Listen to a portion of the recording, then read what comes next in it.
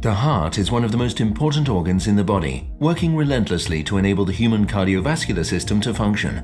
The heart has 4 chambers, the upper right and left atria, and the lower left and right ventricles. In a healthy heart, blood flows in one direction through the heart's chambers. Delicate tissue-like structures called valves function to ensure unidirectional blood flow within. The heart has 4 such valves, which regulate direction of the blood flow. The mitral valve separates the left atrium from the left ventricle and is made up of 2 thin flexible flaps called leaflets. When freshly oxygenated blood from the lungs returns to the heart, it enters the heart through the left atrium. Left atrium relaxation causes the mitral valve to open, enabling blood to travel into the left ventricle. When the left ventricle contracts, the mitral valve closes to prevent backflow. In some people, the mitral valve doesn't close tightly, causing mitral valve regurgitation. When the heart beats during contraction, the blood from the left ventricle can flow back up to the left atrium. Mitral regurgitation, MR, can be subdivided into functional and degenerative subtypes. Degenerative MR, or primary, results from anatomical abnormalities of the valve itself. In most cases, the chordae connecting the mitral valve to the papillary muscle rupture or elongate, causing leaflet prolapse. MR is a progressive disease which, if left untreated, can initiate a series of events culminating in heart failure and death. Current guidelines recommend surgical mitral valve repair or replacement in severe MR patients. For MR patients for whom surgery is not an option, minimally invasive procedures are available. MitraClip is a unique, highly maneuverable transcatheter system for mitral valve repair.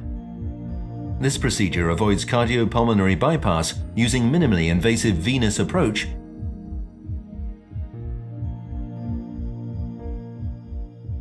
and transseptal puncture to gain access to the left atrium.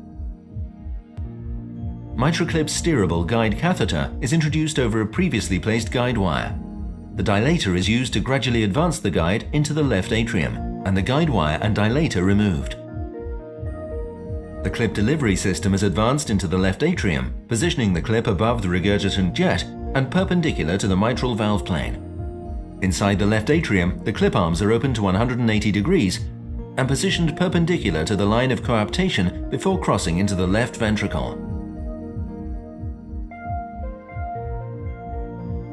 The clip is advanced into the left ventricle below the valve leaflets and retracted to grasp the leaflets. MitraClip grippers are designed to drop firmly into the clip arms, securely capturing both leaflets. Once the arms are closed, they create a double orifice within the mitral valve. Prior to clip deployment, echocardiographic imaging is used to assess procedural efficiency and leaflet capture. Prior to deployment, the MitraClip can be released and repositioned for optimal MR reduction. Once achieved, the clip is released and the full system retracted. In most cases, the transseptal puncture reseals itself and tissue ingrowth between the clip arms increases, facilitated by the polyester clip covering, which promotes healing to create a fibrous tissue bridge between the leaflets. The MitraClip procedure is a minimally invasive, highly effective treatment option for select patients with severe MR.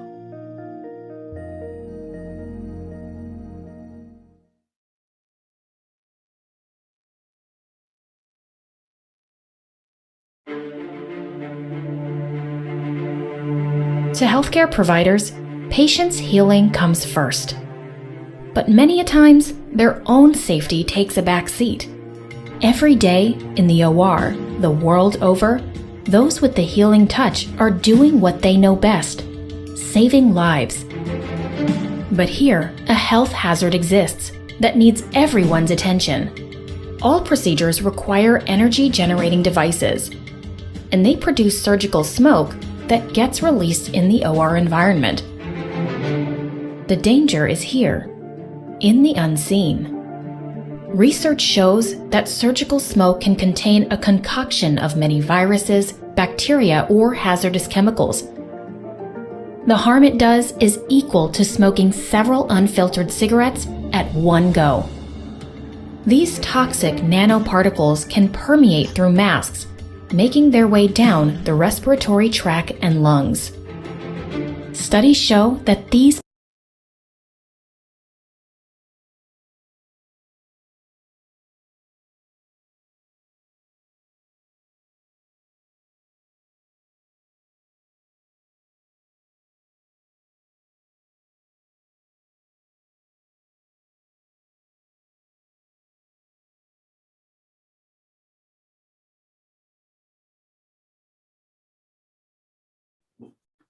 Hello, doctor.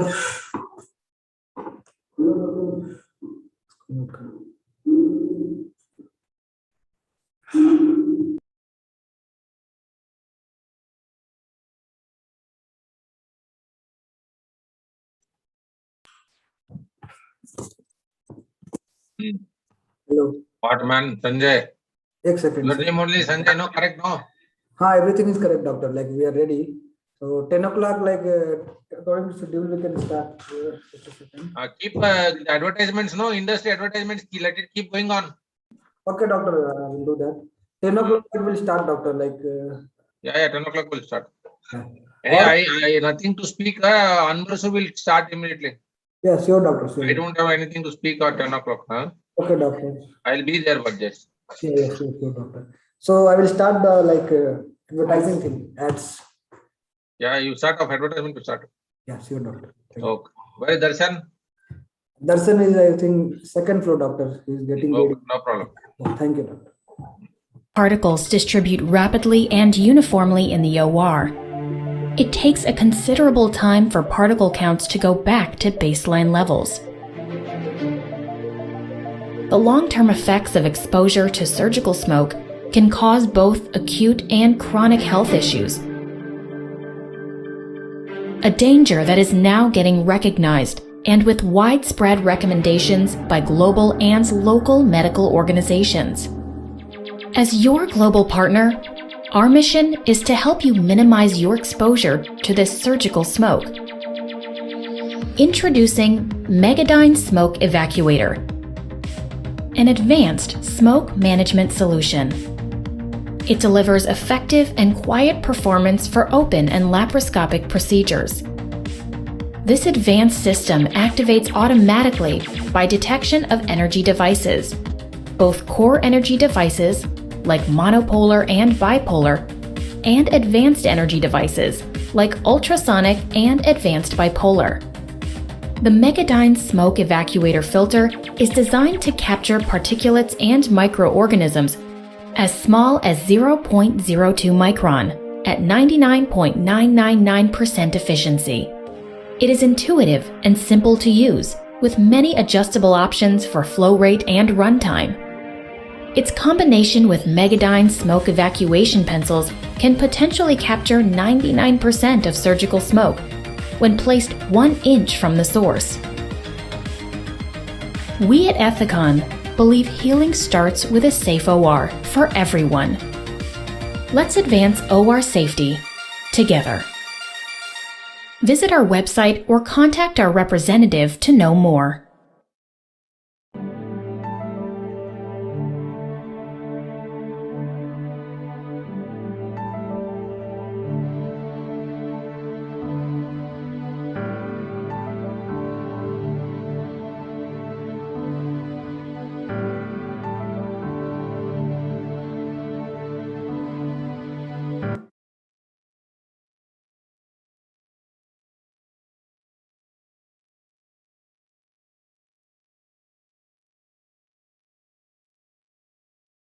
Mitral repair with the Simulus semi-rigid ring and the CG Future band. Medtronic's semi-rigid repair portfolio is designed to allow for a more physiologically based mitral repair. Let's take a closer look at these two products. The Simulus semi-rigid ring combines semi-rigidity for posterior remodeling with a flexible anterior segment, allowing for the physiologic motion of the aortic mitral curtain during the cardiac cycle.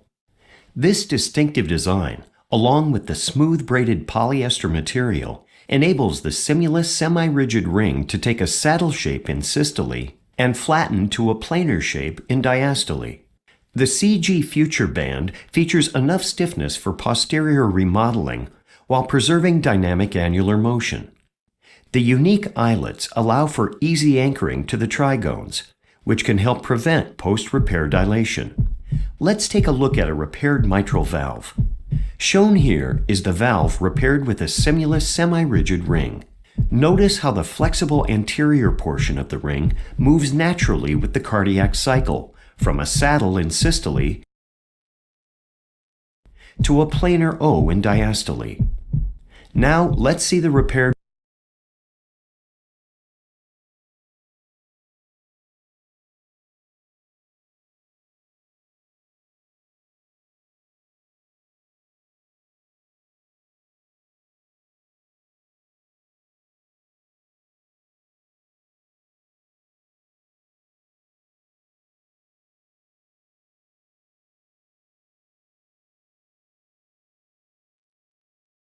valve with the CG Future band. The band anchors nicely into the trigones, securing the repair. The aortic mitral curtain is free to move naturally throughout the cardiac cycle.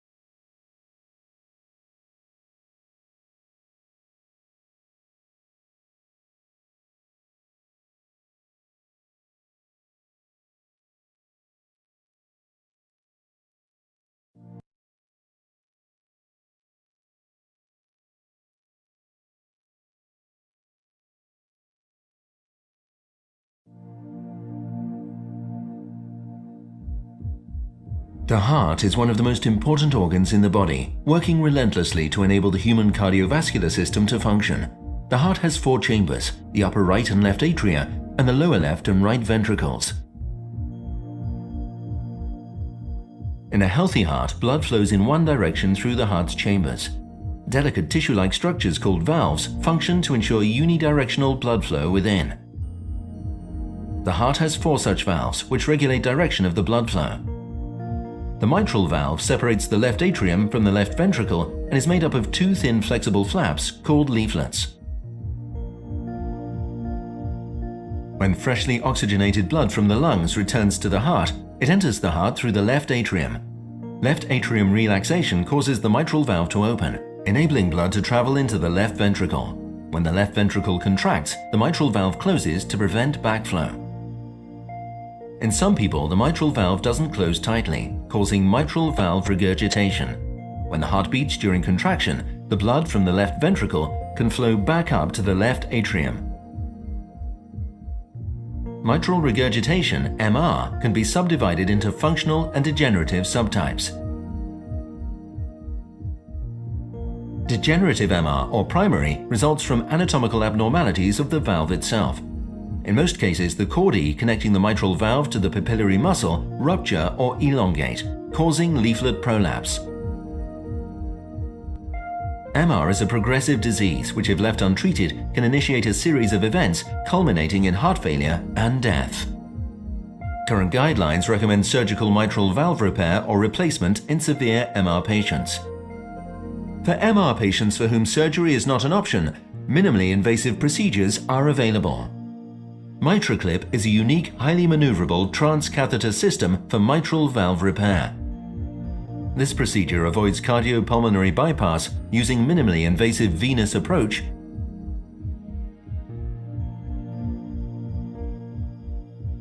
and transseptal puncture to gain access to the left atrium. MitraClip's steerable guide catheter is introduced over a previously placed guide wire. The dilator is used to gradually advance the guide into the left atrium, and the guide wire and dilator removed. The clip delivery system is advanced into the left atrium, positioning the clip above the regurgitant jet and perpendicular to the mitral valve plane. Inside the left atrium, the clip arms are open to 180 degrees and positioned perpendicular to the line of coaptation before crossing into the left ventricle. The clip is advanced into the left ventricle below the valve leaflets and retracted to grasp the leaflets. MitraClip grippers are designed to drop firmly into the clip arms, securely capturing both leaflets. Once the arms are closed, they create a double orifice within the mitral valve. Prior to clip deployment, echocardiographic imaging is used to assess procedural efficiency and leaflet capture. Prior to deployment, the MitraClip can be released and repositioned for optimal MR reduction. Once achieved, the clip is released and the full system retracted. In most cases, the transseptal puncture reseals itself and tissue ingrowth between the clip arms increases, facilitated by the polyester clip covering, which promotes healing to create a fibrous tissue bridge between the leaflets. The MitraClip procedure is a minimally invasive, highly effective treatment option for select patients with severe MR.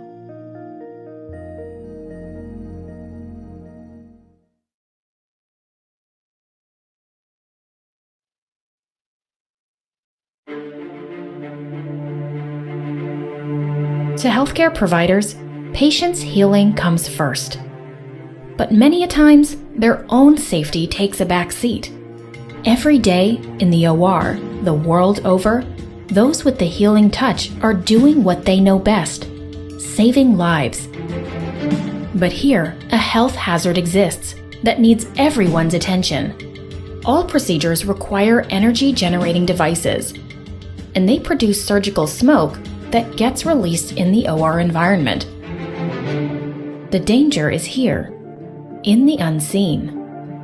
Research shows that surgical smoke can contain a concoction of many viruses, bacteria, or hazardous chemicals. The harm it does is equal to smoking several unfiltered cigarettes at one go. These toxic nanoparticles can permeate through masks, making their way down the respiratory tract and lungs. Studies show that these particles distribute rapidly and uniformly in the OR. It takes a considerable time for particle counts to go back to baseline levels. The long-term effects of exposure to surgical smoke can cause both acute and chronic health issues, a danger that is now getting recognized and with widespread recommendations by global and local medical organizations. As your global partner, our mission is to help you minimize your exposure to this surgical smoke. Introducing Megadyne Smoke Evacuator, an advanced smoke management solution. It delivers effective and quiet performance for open and laparoscopic procedures. This advanced system activates automatically by detection of energy devices, both core energy devices like monopolar and bipolar, and advanced energy devices like ultrasonic and advanced bipolar. The Megadyne Smoke Evacuator filter is designed to capture particulates and microorganisms as small as 0.02 micron at 99.999% efficiency. It is intuitive and simple to use, with many adjustable options for flow rate and runtime. Its combination with Megadyne smoke evacuation pencils can potentially capture 99% of surgical smoke when placed 1 inch from the source. We at Ethicon believe healing starts with a safe OR for everyone. Let's advance OR safety together. Visit our website or contact our representative to know more.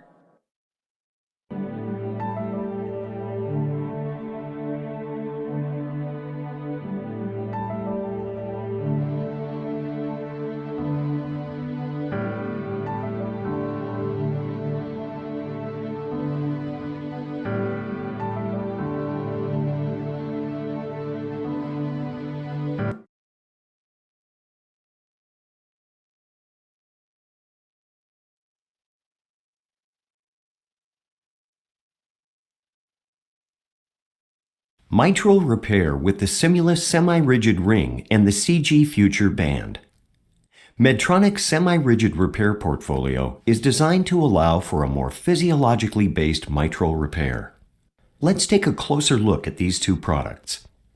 The Simulus semi-rigid ring combines semi-rigidity for posterior remodeling with a flexible anterior segment, allowing for the physiologic motion of the aortic mitral curtain during the cardiac cycle. This distinctive design, along with the smooth braided polyester material, enables the Simulus semi-rigid ring to take a saddle shape in systole and flatten to a planar shape in diastole. The CG Future band features enough stiffness for posterior remodeling while preserving dynamic annular motion. The unique eyelets allow for easy anchoring to the trigones, which can help prevent post-repair dilation. Let's take a look at a repaired mitral valve. Shown here is the valve repaired with a Simulus semi-rigid ring. Notice how the flexible anterior portion of the ring moves naturally with the cardiac cycle, from a saddle in systole to a planar O in diastole. Now let's see the repaired valve with the CG Future band. The band anchors nicely into the trigones, securing the repair. The aortic mitral curtain is free to move naturally throughout the cardiac cycle.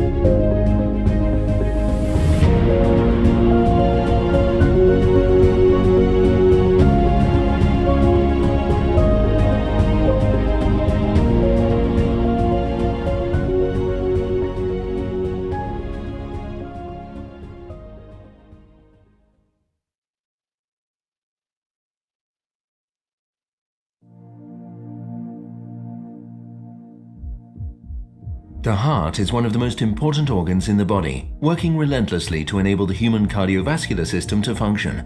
The heart has 4 chambers, the upper right and left atria, and the lower left and right ventricles. In a healthy heart, blood flows in one direction through the heart's chambers. Delicate tissue-like structures called valves function to ensure unidirectional blood flow within. The heart has 4 such valves, which regulate direction of the blood flow. The mitral valve separates the left atrium from the left ventricle and is made up of 2 thin flexible flaps called leaflets. When freshly oxygenated blood from the lungs returns to the heart, it enters the heart through the left atrium.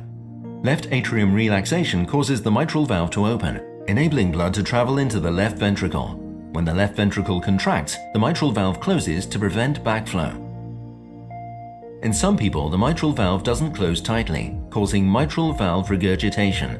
When the heart beats during contraction, the blood from the left ventricle can flow back up to the left atrium. Mitral regurgitation, MR, can be subdivided into functional and degenerative subtypes. Degenerative MR, or primary, results from anatomical abnormalities of the valve itself. In most cases, the chordae connecting the mitral valve to the papillary muscle rupture or elongate, causing leaflet prolapse. MR is a progressive disease which, if left untreated, can initiate a series of events culminating in heart failure and death. Current guidelines recommend surgical mitral valve repair or replacement in severe MR patients. For MR patients for whom surgery is not an option, minimally invasive procedures are available. MitraClip is a unique, highly maneuverable transcatheter system for mitral valve repair. This procedure avoids cardiopulmonary bypass using minimally invasive venous approach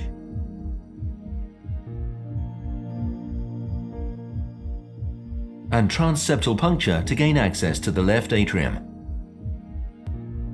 MitraClip's steerable guide catheter is introduced over a previously placed guide wire.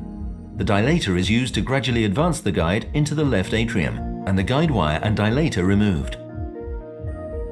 The clip delivery system is advanced into the left atrium, positioning the clip above the regurgitant jet and perpendicular to the mitral valve plane. Inside the left atrium, the clip arms are opened to 180 degrees and positioned perpendicular to the line of coaptation before crossing into the left ventricle.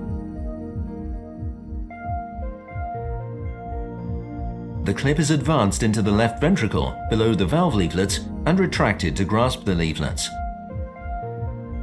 MitraClip grippers are designed to drop firmly into the clip arms, securely capturing both leaflets. Once the arms are closed, they create a double orifice within the mitral valve. Prior to clip deployment, echocardiographic imaging is used to assess procedural efficiency and leaflet capture. Prior to deployment, the MitraClip can be released and repositioned for optimal MR reduction. Once achieved, the clip is released and the full system retracted. In most cases, the transseptal puncture reseals itself and tissue ingrowth between the clip arms increases, facilitated by the polyester clip covering, which promotes healing to create a fibrous tissue bridge between the leaflets. The MitraClip procedure is a minimally invasive, highly effective treatment option for select patients with severe MR.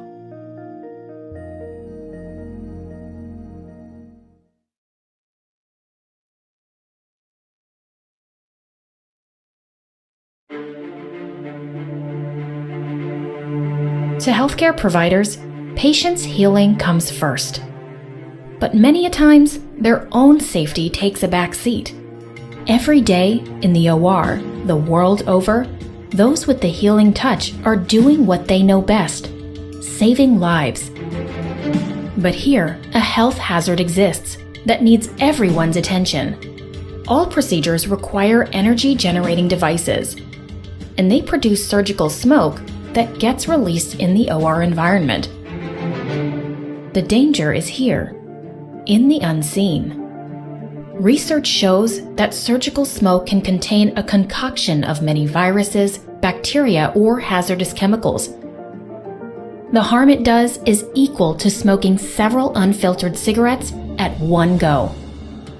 These toxic nanoparticles can permeate through masks, making their way down the respiratory tract and lungs. Studies show that these particles distribute rapidly and uniformly in the OR. It takes a considerable time for particle counts to go back to baseline levels. The long-term effects of exposure to surgical smoke can cause both acute and chronic health issues, a danger that is now getting recognized and with widespread recommendations by global and local medical organizations. As your global partner, our mission is to help you minimize your exposure to this surgical smoke. Introducing Megadyne Smoke Evacuator, an advanced smoke management solution. It delivers effective and quiet performance for open and laparoscopic procedures. This advanced system activates automatically by detection of energy devices, both core energy devices like monopolar and bipolar, and advanced energy devices like ultrasonic and advanced bipolar. The Megadyne Smoke Evacuator filter is designed to capture particulates and microorganisms as small as 0.02 micron at 99.999% efficiency. It is intuitive and simple to use, with many adjustable options for flow rate and runtime. Its combination with Megadyne smoke evacuation pencils can potentially capture 99% of surgical smoke when placed 1 inch from the source. We at Ethicon believe healing starts with a safe OR for everyone. Let's advance OR safety together. Visit our website or contact our representative to know more.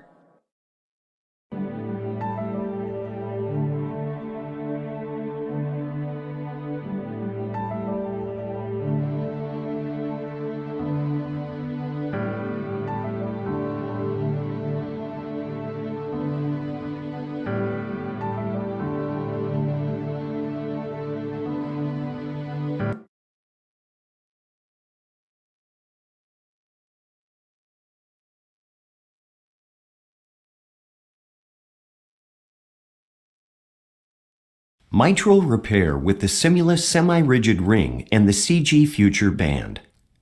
Medtronic's semi-rigid repair portfolio is designed to allow for a more physiologically based mitral repair. Let's take a closer look at these two products.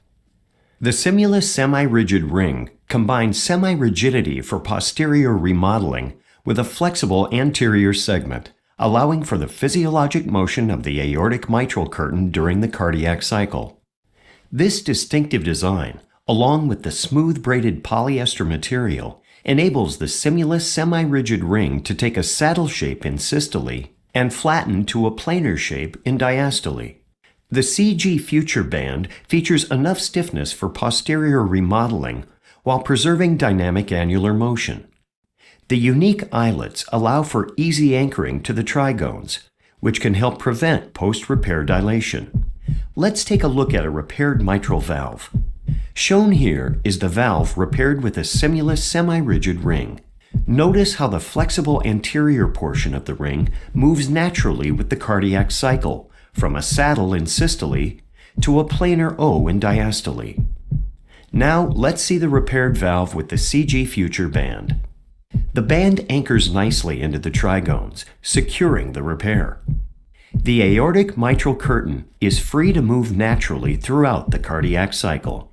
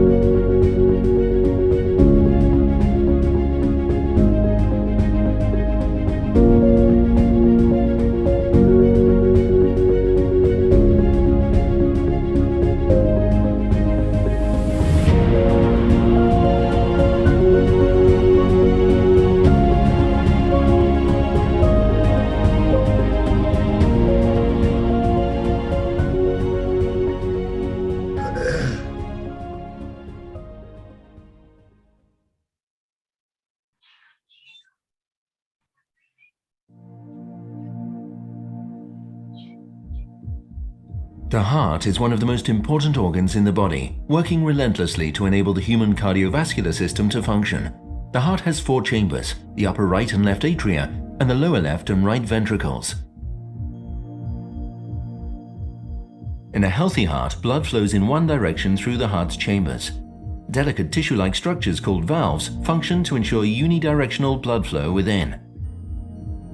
The heart has 4 such valves, which regulate direction of the blood flow.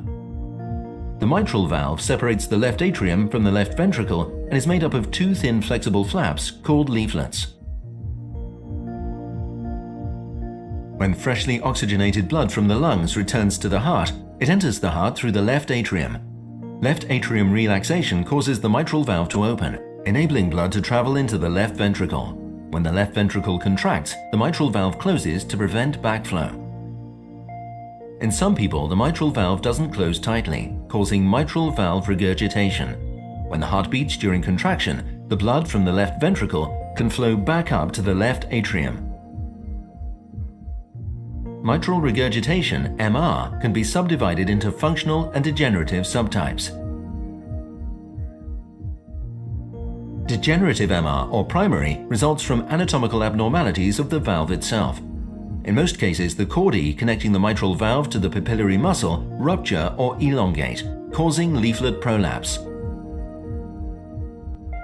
MR is a progressive disease which, if left untreated, can initiate a series of events culminating in heart failure and death.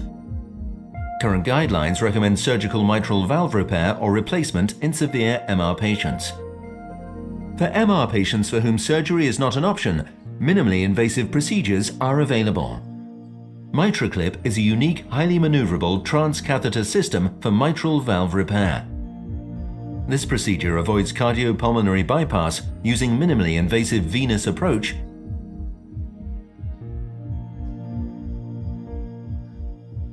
and transseptal puncture to gain access to the left atrium.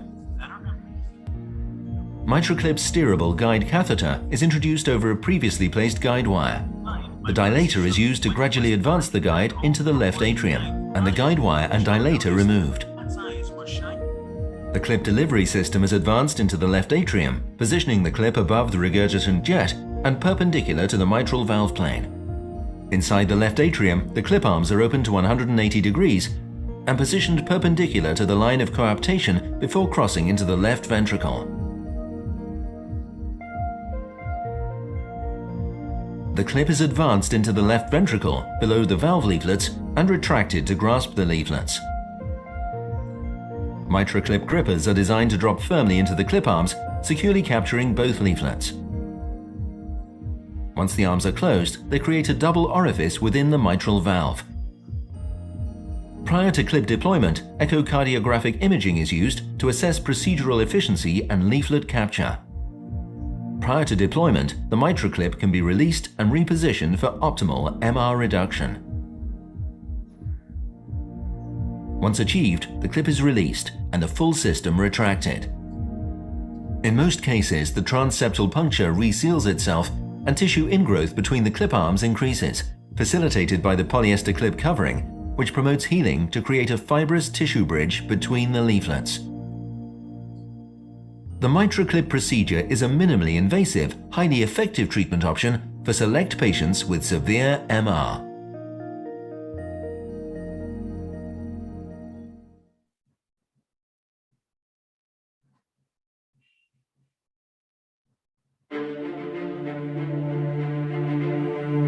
To healthcare providers, patients' healing comes first. But many a times, their own safety takes a back seat. Every day, in the OR, the world over, those with the healing touch are doing what they know best, saving lives. But here, a health hazard exists that needs everyone's attention. All procedures require energy-generating devices, and they produce surgical smoke that gets released in the OR environment. The danger is here, in the unseen. Research shows that surgical smoke can contain a concoction of many viruses, bacteria, or hazardous chemicals. The harm it does is equal to smoking several unfiltered cigarettes at one go. These toxic nanoparticles can permeate through masks, making their way down the respiratory tract and lungs. Studies show that these particles distribute rapidly and uniformly in the OR. It takes a considerable time for particle counts to go back to baseline levels. The long-term effects of exposure to surgical smoke can cause both acute and chronic health issues. A danger that is now getting recognized and with widespread recommendations by global and local medical organizations. As your global partner, our mission is to help you minimize your exposure to this surgical smoke. Introducing Megadyne Smoke Evacuator, an advanced smoke management solution. It delivers effective and quiet performance for open and laparoscopic procedures. This advanced system activates automatically by detection of energy devices, both core energy devices like monopolar and bipolar, and advanced energy devices like ultrasonic and advanced bipolar. The Megadyne Smoke Evacuator filter is designed to capture particulates and microorganisms as small as 0.02 micron at 99.999% efficiency. It is intuitive and simple to use, with many adjustable options for flow rate and runtime. Its combination with Megadyne smoke evacuation pencils can potentially capture 99% of surgical smoke when placed 1 inch from the source. We at Ethicon believe healing starts with a safe OR for everyone. Let's advance OR safety together. Visit our website or contact our representative to know more.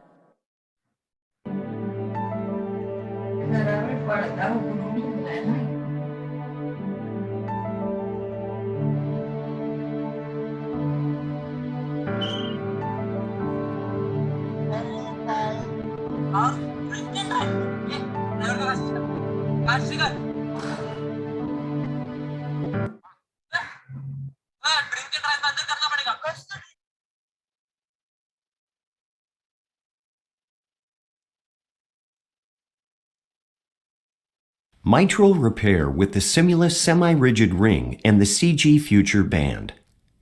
Medtronic's semi-rigid repair portfolio is designed to allow for a more physiologically based mitral repair. Let's take a closer look at these two products. The Simulus semi-rigid ring combines semi-rigidity for posterior remodeling with a flexible anterior segment, allowing for the physiologic motion of the aortic mitral curtain during the cardiac cycle. This distinctive design, along with the smooth braided polyester material, enables the Simulus semi-rigid ring to take a saddle shape in systole and flatten to a planar shape in diastole. The CG Future band features enough stiffness for posterior remodeling while preserving dynamic annular motion. The unique eyelets allow for easy anchoring to the trigones, which can help prevent post-repair dilation. Let's take a look at a repaired mitral valve. Shown here is the valve repaired with a Simulus semi-rigid ring. Notice how the flexible anterior portion of the ring moves naturally with the cardiac cycle, from a saddle in systole to a planar O in diastole. Now let's see the repaired valve with the CG Future band. The band anchors nicely into the trigones, securing the repair. The aortic mitral curtain is free to move naturally throughout the cardiac cycle.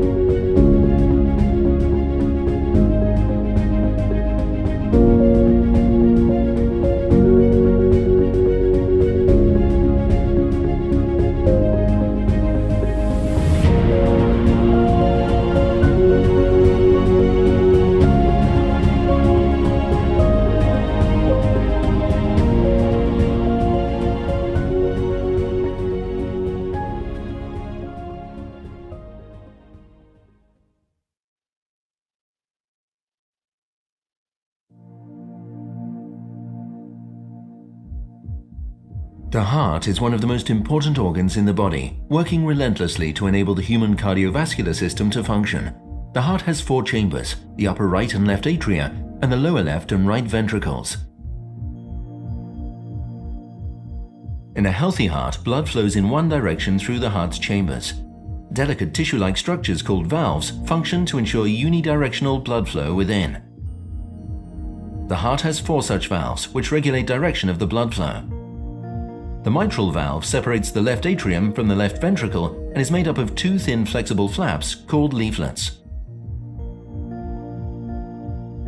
When freshly oxygenated blood from the lungs returns to the heart, it enters the heart through the left atrium.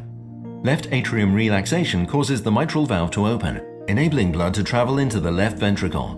When the left ventricle contracts, the mitral valve closes to prevent backflow. In some people, the mitral valve doesn't close tightly, causing mitral valve regurgitation. When the heart beats during contraction, the blood from the left ventricle can flow back up to the left atrium.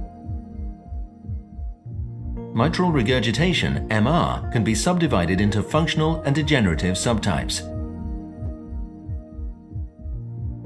Degenerative MR, or primary, results from anatomical abnormalities of the valve itself.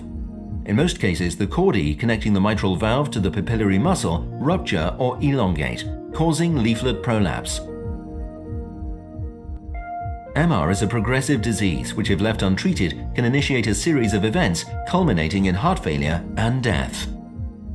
Current guidelines recommend surgical mitral valve repair or replacement in severe MR patients. For MR patients for whom surgery is not an option, minimally invasive procedures are available. MitraClip is a unique, highly maneuverable transcatheter system for mitral valve repair. This procedure avoids cardiopulmonary bypass using minimally invasive venous approach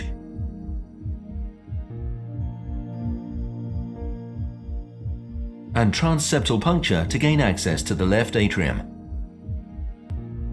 MitraClip's steerable guide catheter is introduced over a previously placed guide wire.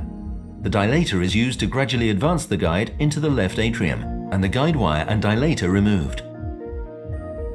The clip delivery system is advanced into the left atrium, positioning the clip above the regurgitant jet and perpendicular to the mitral valve plane.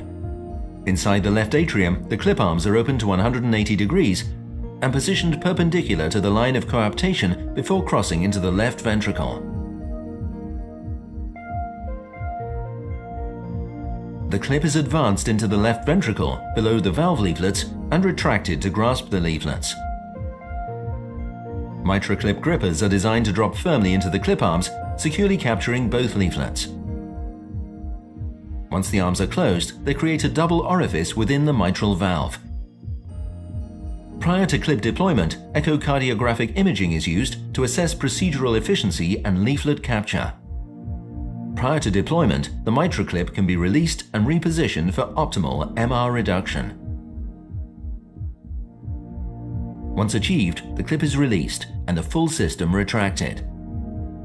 In most cases, the transseptal puncture reseals itself and tissue ingrowth between the clip arms increases, facilitated by the polyester clip covering, which promotes healing to create a fibrous tissue bridge between the leaflets. The MitraClip procedure is a minimally invasive, highly effective treatment option for select patients with severe MR.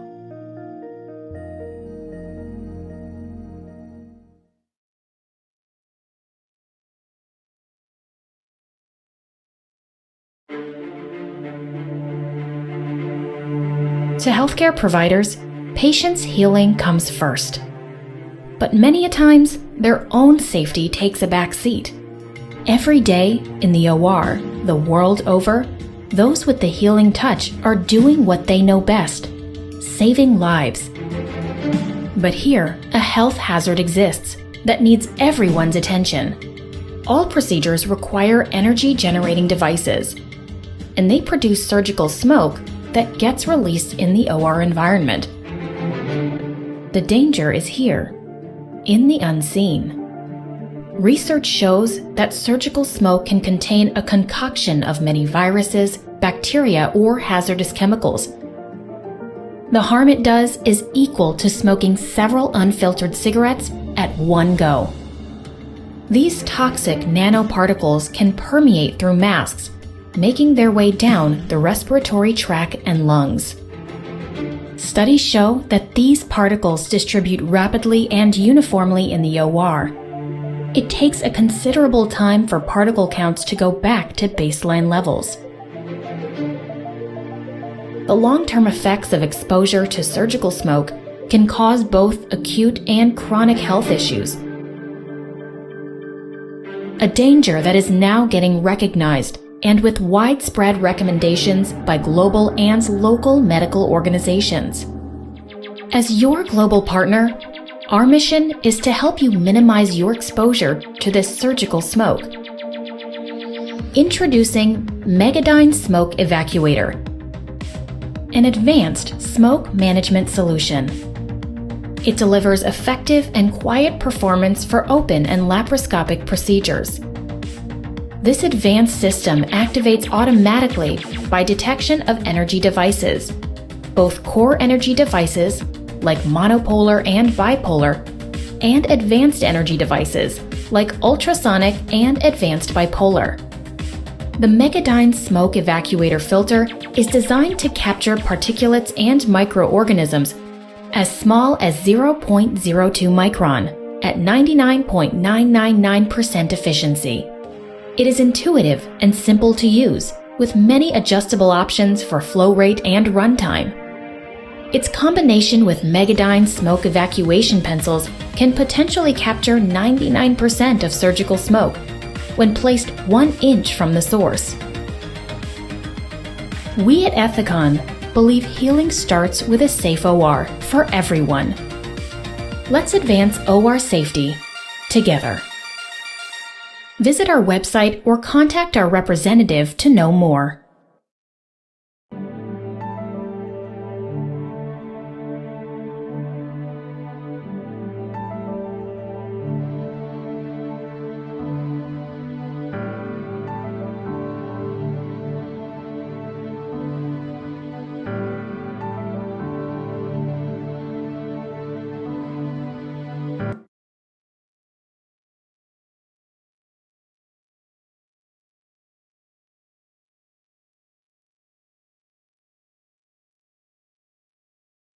Mitral repair with the Simulus semi-rigid ring and the CG Future band.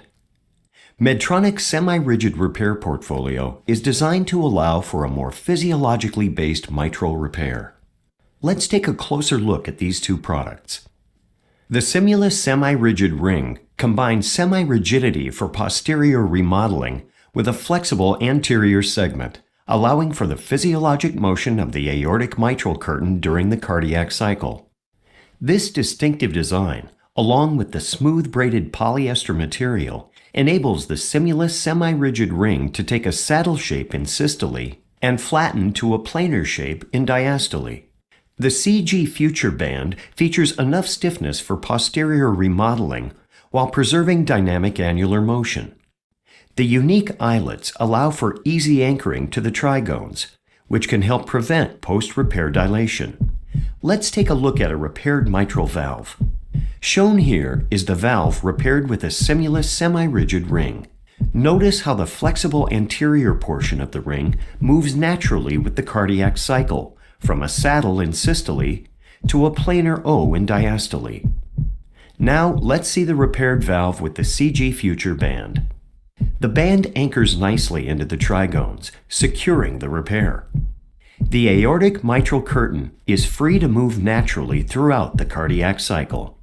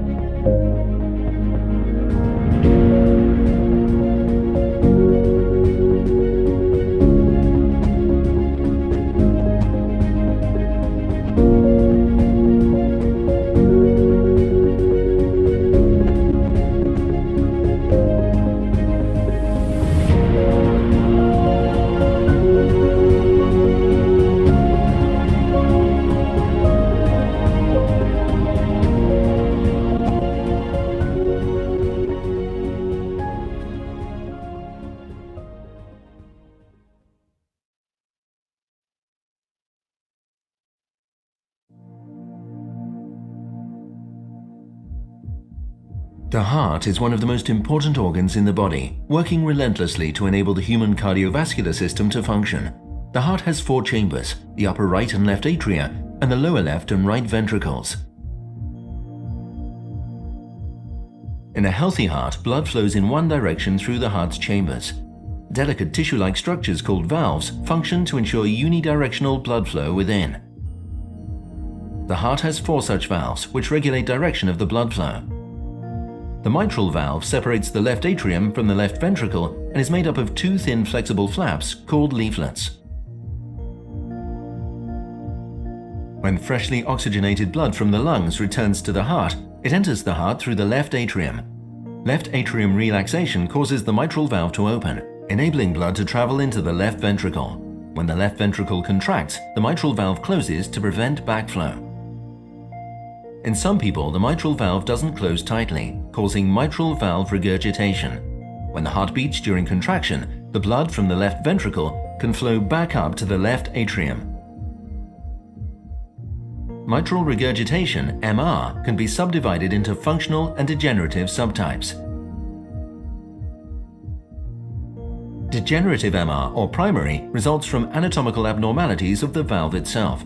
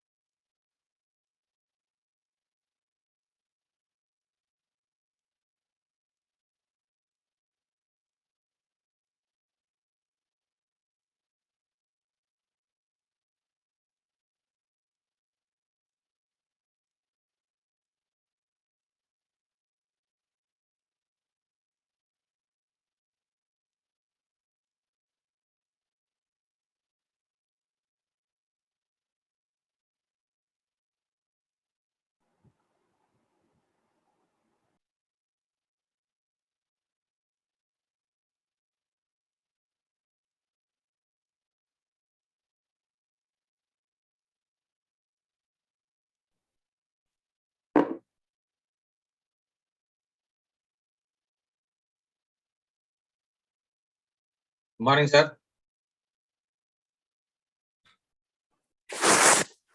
Good morning, Dr. Hirumat. Good morning, everyone. Good morning.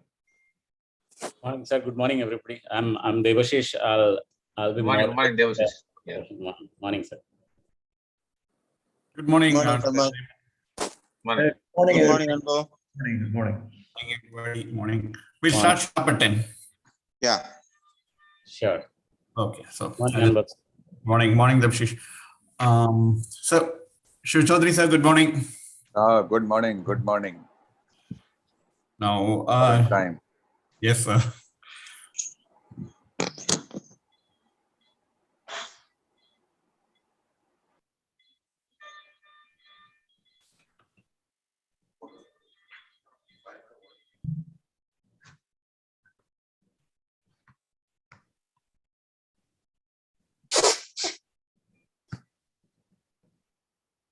Morning.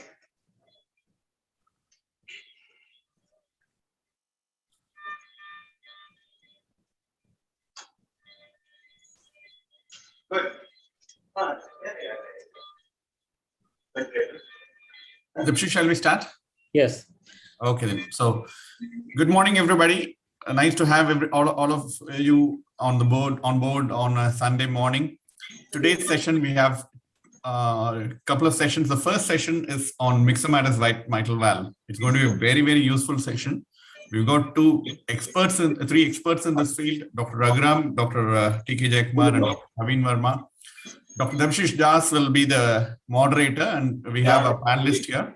And we have a couple of registrars also as planned yesterday. Please, over to you, Devashish.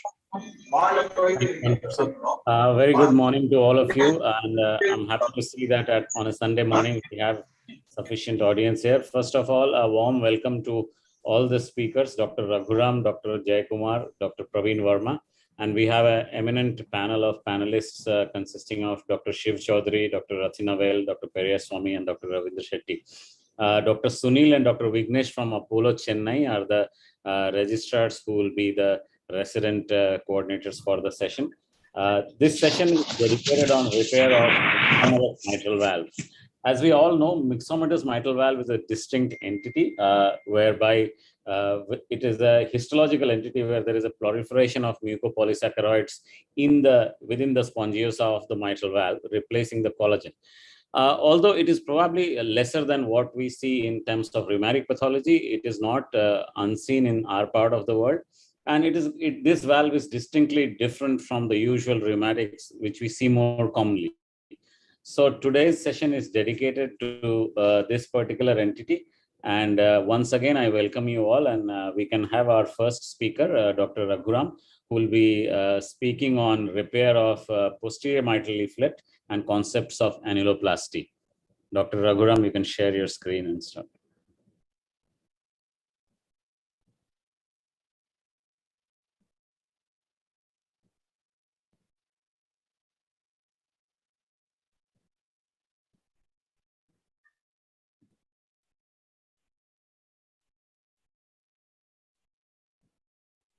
Hi, friends. Good morning. It's a pleasure to meet you all, though virtually.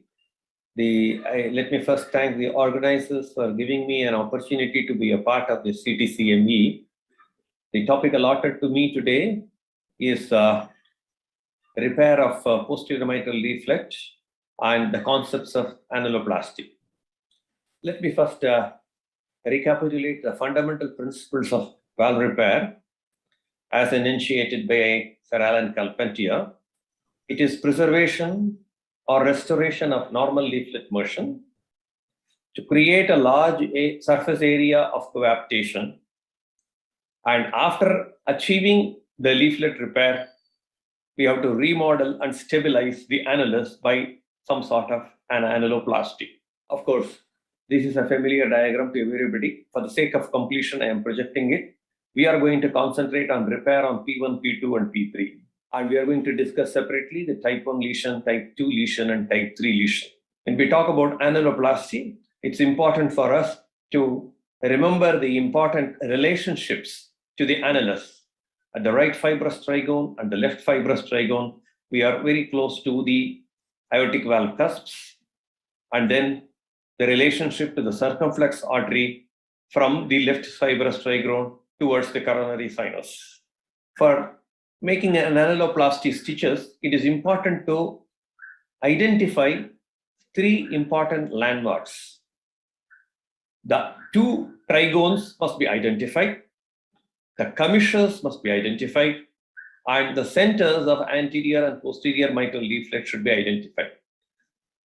To identify the trigones, we have to exert traction on the anterior mitral leaflet away from each trigone. For example, here, the belly of the anterior mitral leaflet is stretched, and you can find out that there is a dimple where the right fibrous trigone is made out. Similarly, if we apply traction on the anterior mitral leaflet in the opposite direction, the left fibrous trigone is seen as a dimple. To identify the commissures, we have to use a right angle and then put a little traction on the cord, and the fan carda can be identified, and that is the commissure. To identify the centers of the respective leaflets, we have to look at the subvalvular apparatus, and where the point where the carda of both papillary muscles meet will be the center of the anterior and posterior mitral leaflet. That is very important to identify these landmarks. Then only we can place proper sutures. And this is the important diagram given in the valve repair book written by Alan Carpentier, where he has specifically mentioned about how the suture should be taken. For example, in the right fibrous trigone, you use a forehand stitch, and in the left fibrous trigone, you have to take a forehand stitch, and in between these areas, it is a backhand stitch. Here it is forehand, it is backward. And this will help us to properly place these stitches. I will then explain this further when I show you the video. After placing the sutures, sizing has to be done.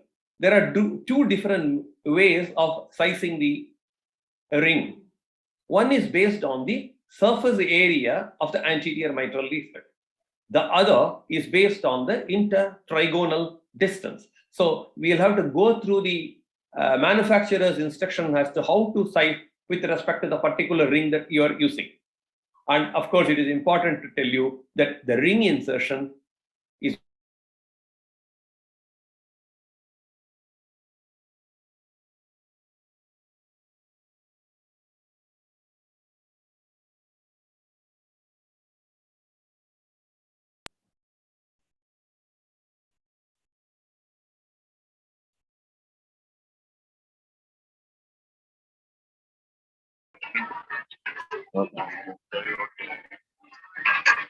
Live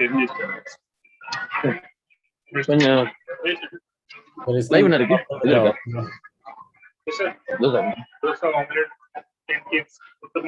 ஒரு line dosa கொஞ்சம் இது மாதிரி make it like rose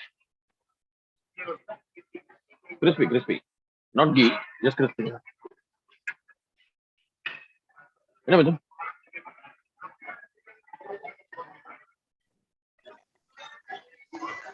Hello. Somebody Yeah, the transmission is not coming. Somewhere is gone. Okay, all right. Yeah, we have. Darshan, you are there? Darshan and his team are there? Hermeth has gone to some dining. Okay.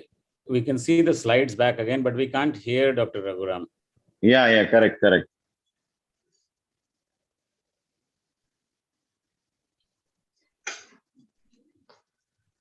Darshan, can you attend to it? What is the problem? Darshan is looking into it, sir. Okay, fine. Depending on the situation, and this is one of the commonest rings used, Carpentier Edward Classic ring, which has now recently gone out of market because they are now promoting the physio ring. See, in a classic ring, the transverse diameter is more than the anteroposterior diameter, whereas in a physio ring, you will find out that the anteroposterior diameter is more than the transverse diameter. And this is an example of a totally flexible ring. I think this is a St. Jude ring, Taylor ring, where it can be cut according to your requirement. Either you can use it as a full ring, or you can cut it off and use it as a partial ring. I will show you further details about annuloplasty when I project the video. Now we move on to the type 2 lesion of the PFL. the type 2 lesion is an excessive movement of some segment of the posterior mitral leaflet. It can be either limited to 1/3 of the free margin, or it could be more than 1/3 of the free margin, or it could be an entire segment. So depending on the extent of the excessive movement, we decide the appropriate approach. If it is less than 1/3 of the free margin, we can do a triangular resection. I will show you a video of a triangular resection at the end of this presentation. If it is more than 1/3 of the free margin, a triangular resection will not suffice. We will have to take more amount of tissue to achieve competence. When the entire segment is affected, then we have to do not only a quadrangular resection, we will also reduce the annulus and bring the two edges together by doing a sliding plasty of an adjacent segment. The caudal shortening is not a very regularly done approach for posterior leaflet nowadays.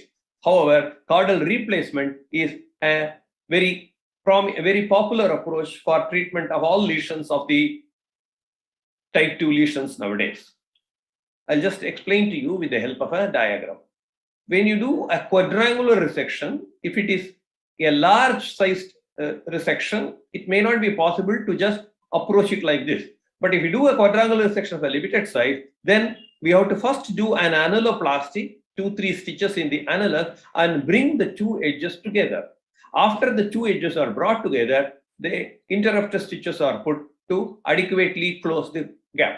However, if it is a large gap, there will be a lot of tension at the point of coaptation. So we have to release it by making a sliding plasty by removal of a curvilinear area of the base of the adjacent leaflet on both sides. Once this is done, then this edge and this edge can be approximated by cheating so that the segments come and meet in the center. Before that, of course, as told in the first part, we have to finish the annuloplasty, bring the annulus down to a sizable level, and then bring these two and then put interrupted stitches. This is how the quadrangular resection with slidoplasty is done. But of course, let me tell you that most of the surgeons nowadays, we prefer to put an artificial cauda instead of doing this complicated procedure. If the lesion is in the commissural area, it can be treated. Commonly, it is done by an alveolar touch so that you just reduce the commission. If you put an adequate ring, there is not a significant gradient and it adequately deals with a commissural area prolapse. But of course, plication can be done, a triangular excision can be done, and caudal shortening can also be done in these cases. So far, I have discussed only about the resectional technique, but there was a big paradigm shift in the treatment of leaflet prolapse with Patrick Perrier describing respect rather than resect. Because when you do a resection, it reduces the coaptation surface, and when you do the annuloplasty to bring the two edges together, it deforms the base of the ventricle. So he has propagated the idea of neocauda to a great extent. The commonly used neocauda is with CV5 vortex. The correct measurement of the length can be done either on table, or if you have a very highly experienced echocardiographer, he will be able to tell you what will be the ideal site of the part that you should use. A little long is less of a problem than a little short. And a prefabricated fixed length loops are available on the shelf that was popularized by Frederick Moore. But on-table loop construction is something which we can do on the table, and it reduces the cost and it can be customized. And there are some proponents who say for anterior mitral leaflet, a 25 mm loop is sufficient, and for a posterior leaflet, a 15 mm loop, a standard loop is sufficient. And I follow this technique for PML repair. I will show you how I make a neocauda on the table. This is a CV5 vortex, which I use for preparing the neocauda on the table. I use a measurement, I use a usual needle holder. This segment I have already measured, and this base is 1.5 centimeter. So I use that as my reference, and I use a CV5 vortex, go around it and make 3 dots reversing one so that it gets fixed, and make as many loops as I want. I generally prefer to make 2 loops with each suture, and second loop also is now being created, and I am fixing it with 3 sutures. And once the 3 knots are put, the loop gets stabilized. Now I am removing the loop from the needle holder, and I am making an additional 3 knots to further stabilize the loop dimensions. I go through the loop, bring it out, and then I ask my assistant to hold the loops in position, and I put another 3 knots, reversing the middle knot so that it gets fixed well. And after that, I pass the 2 needles through a pledget, and once that is done, you will find out a ready-made loop of 1.5 centimeter length is available to you, and you can pass it through the junction of the muscle and fibers on the papillary muscle and use it on the appropriate part of the leaflet to create a neocarda. And this does not cost you anything extra except the cost of a single CV5. You don't have to spend on a ready-made loop. This is how it is done. This is for the sake of completion of the PML lesions, though strictly in a myxomatous lesion, there is no type 3 lesion because this is a restrictive lesion. For the sake of completion, it could be either a diastolic restriction as it happens in rheumatic or a systolic restriction as it happens in ischemic. And if it is a diastolic restriction in a rheumatic pathology, we have to shorten we can release all the PML basal cardae, and in the refracted leaflet, we can make augmentation of the leaflet by a pericardium. Now I will project a video of one of the patients whom I have operated with a significant prolapse of the PML. You can see the significant prolapse of the PML and the eccentric severe mitral regurgitation. Shortly, we will get the operative video. This is about the preoperative echocardiogram, and you can see that this is the anterior mitral leaflet, and you can see the posterior mitral leaflet has got, especially the P2 part, is grossly hypertrophied, and there are caudal ruptures. I am testing the anterior mitral leaflet for the length, and after that, now it's the P3, and P2 is grossly prolapsed. And of course, I will be testing the P1 also, and after that, I will proceed with the. Now I am trying to find out what is the extent of the prolapse and at what area the caudal structures are of normal dimensions. Once we make out that, I try to cut the basal carda attached to the prolapsed segment. They are all very thick carda. The basal carda are now divided. And then at the junction of the prolapse segment and the normal carda, we have to start the excision. This is a triangular excision. So I am making something like a conical segment is being removed. You can. I'm asking now my assistant to hold the area where the carda are of normal dimension, and just medial to that, I am making an incision, and a triangular area of the prolapse segment is now excised. If there are very thickened structures, they need to be excised and allow for proper movement of the adjacent normal segments. And then 2 stage sutures are applied at the 2 ends of that excised segment, and under vision, without catching any of the other basal carda, an annuloplasty stitch is first applied. Now I am applying the annuloplasty stitch and pulling it. This is the annuloplasty stitch. I've already for this I am using a 40 Prolene 17 millimeter needle.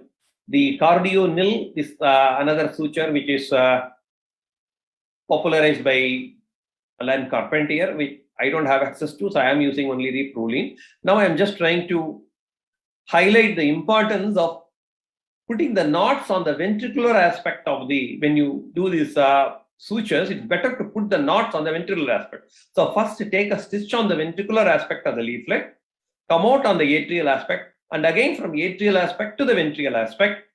And then if you apply the knot edges will be buried, or rather it will be on the ventricular side. It will not be rubbing against the anterior leaflet at the time of coaptation, and that might reduce the chances of damage to the opposing part of the anterior mitral leaflet.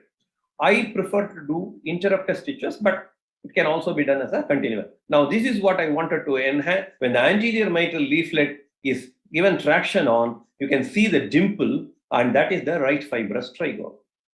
And the way the sutures are taken are important to be appreciated.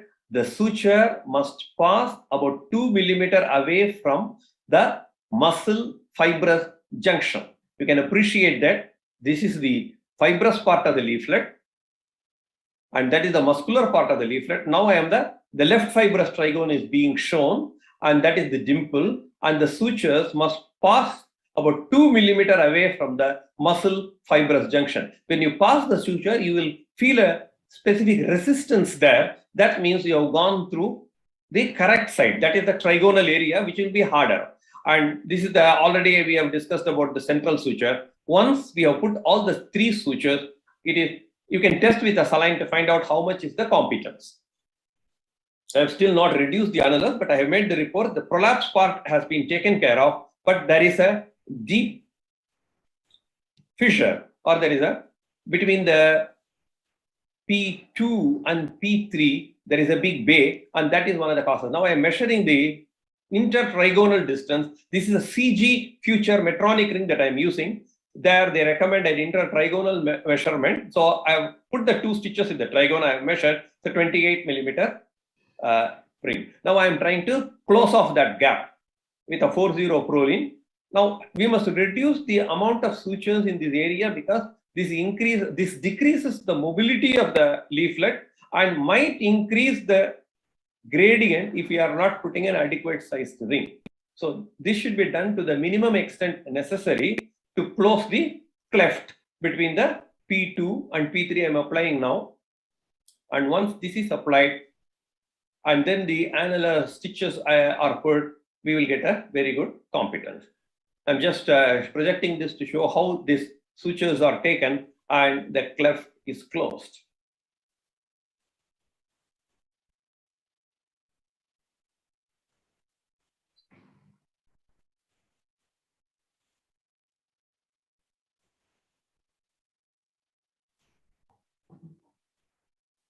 And I'm testing now. I'm doing a little bit of annuloplasty with my forceps to show that there will be adequate competence when the annuloplasty is completed.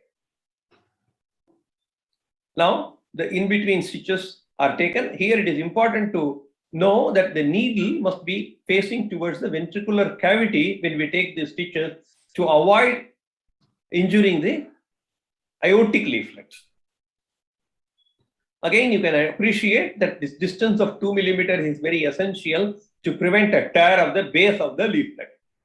And see the direction in which the needle is going. It's a backward, and then the cavity is entered, and then again you have to come through the muscle at a safe distance from the fibrous area. And when we come to the left fibrous trigone, these are forehand stitches. Again, it is important to know how these stitches are taken. Once all the stitches are taken, we will be putting the ring and bringing it down.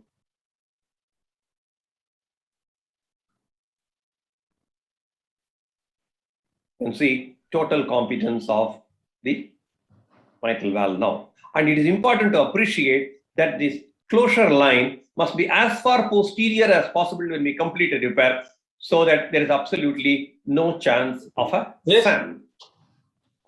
Shortly, I will show you the. That is the echocardiogram, TEE done at the end of the procedure, which shows good competence.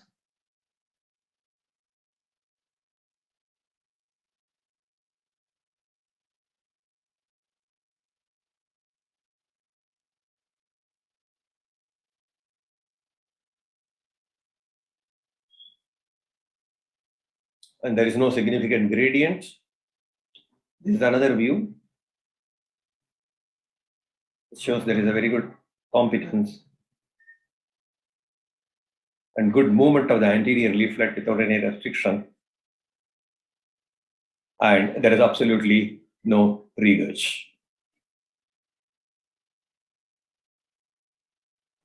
Thank you very much for your patient hearing. Thank you, Dr. Raghuram, for that very illustrative talk. I think we will take the questions and discussion in the end because there is a dedicated time for it. So we may move to the next talk, which will be given by Dr. T.K. Jayakumar, and he'll be talking about repair of anterior mitral leaflet and concepts of neocords.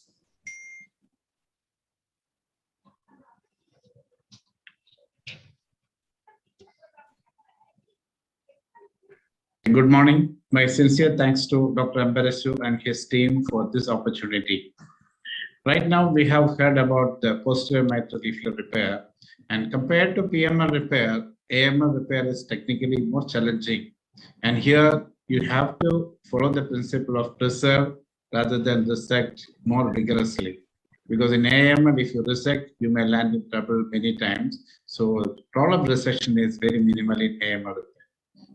A thorough understanding of the morphology of the valve is something very important in all the repairs, and the understanding of the pathology, like what type of pathology it is. In a myxomatous, it can be fibroelastic disease, or it can be a Barlow's or a Marfan syndrome. You have to identify what it is. If you look at this valve, you see the tissue is the annulus is not that dilated, and you have thin leaflets here, and there's a prolapse of the AML due to rupture.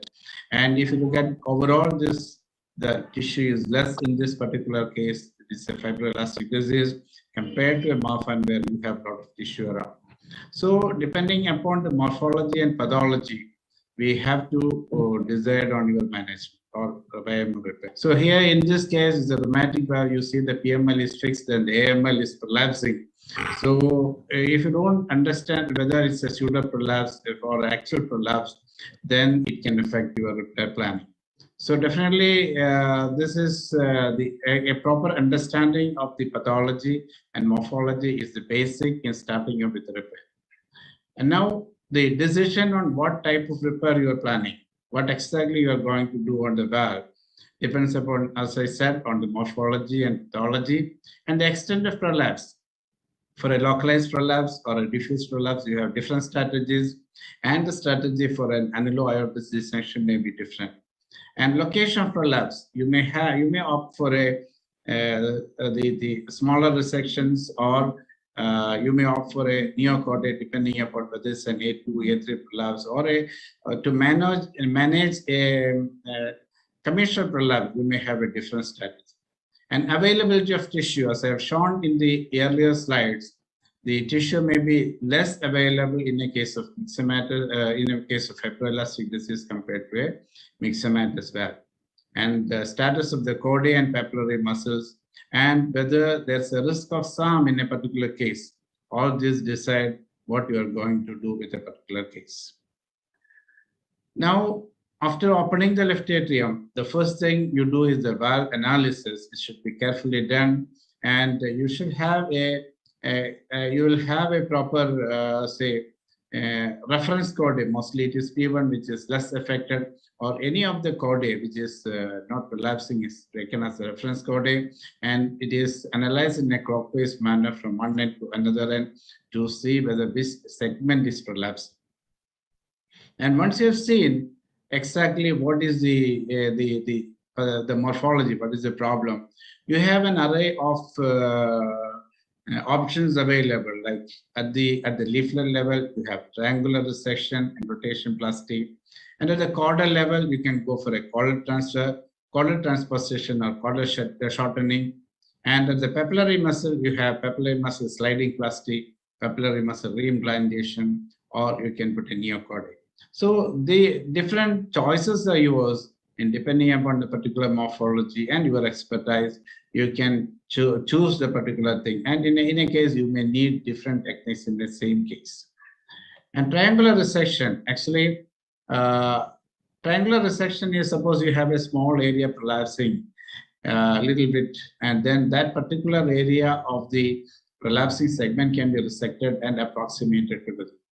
I choose this picture especially to say that you're not supposed to go for such an extensive resection for triangular, for a leaflet prolapse in AML, because if you go to the body of the AML like this, you definitely land up in shortening of the AML on either side, leading on to failure of repair. So triangular resection can be done for small segment prolapse, and it should be limited. And when you have a small segment prolapse, rather than going for a resection, you can go for a folding plasty or a rotation plasty, whereby the prolapse segment can be just rotated and sutured to a non-prolapsing segment, so that that prolapse is getting corrected. These are the two things which you normally do in a myxomatous valve in AML for at the leaflet level. Now you look at the caudal level. You have the option of caudal transfer, you have the option of caudal transposition or caudal shortening. All these are there with you. And here, if you look at this is caudal transfer, where first identify which area of the anterior mitral leaflet is prolapsing exactly, and then just opposite to that, you will be able to sacrifice a small portion of the PML with the chordae attached to that, with good marginal chordae attached to that, and then it can be transferred to the anterior chordae, and here anterior leaflet, and once it is sutured here properly, that will take care of the prolapse. Now, just like caudal transfer, you have the caudal transposition also. That figure is not shown here, but you can transpose one secondary chordae from the leaflet, inner side of the leaflet to the tip of the leaflet, so that will take care of the prolapse. Say sometimes 4 to 5 secondary chordae may be available to be transferred to the edges, and that can take care of your anterior mitral leaflet prolapse. So at the caudal level, you have the caudal transfer, then caudal transposition. Now you can reduce the length of the chordae. Suppose the chordae which is elongated is healthy, then you can reduce the length of the chordae either at the papillary muscle level or at the leaflet level. At the papillary muscle level, this is Carpenter's technique, whereby you can split the papillary muscle a little bit and then assess the extent of extra length by comparing this with the adjacent normal chordae, and bring that length down into the papillary muscle and sandwich within the papillary muscle. So this is caudal shortening procedure at the papillary muscle level. And you can do the same at the leaflet level also by shortening the chordae at the leaflet level. Like you have the reference chordae on either side. If you just pass a silk around this area and then inflate the heart, you will know exactly what is the length of chorda which is extra. And this can be placated with a 5-0 or 6-0 suture, and you will get this correction. So that is caudal shortening either at the papillary muscle level or at the leaflet level. Now, if you look down further, you have the papillary muscles which may be elongated, or the chordae which is attached to the papillary muscle which is elongated.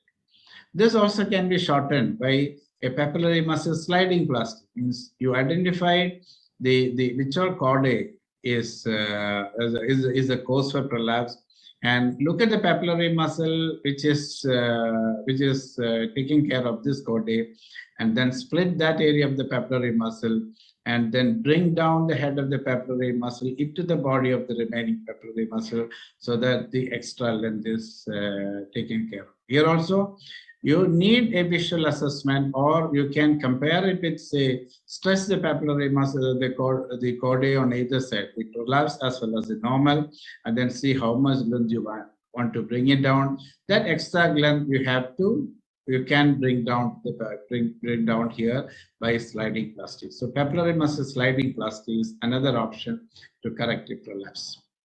Now, in some cases, you may get a papillary muscle rupture, means because on table, after opening, you may see a bunch of chordae with the papillary muscle tip is hanging free, and that you can re-implant into the LV muscle, sometime a little bit higher up than where it has ruptured.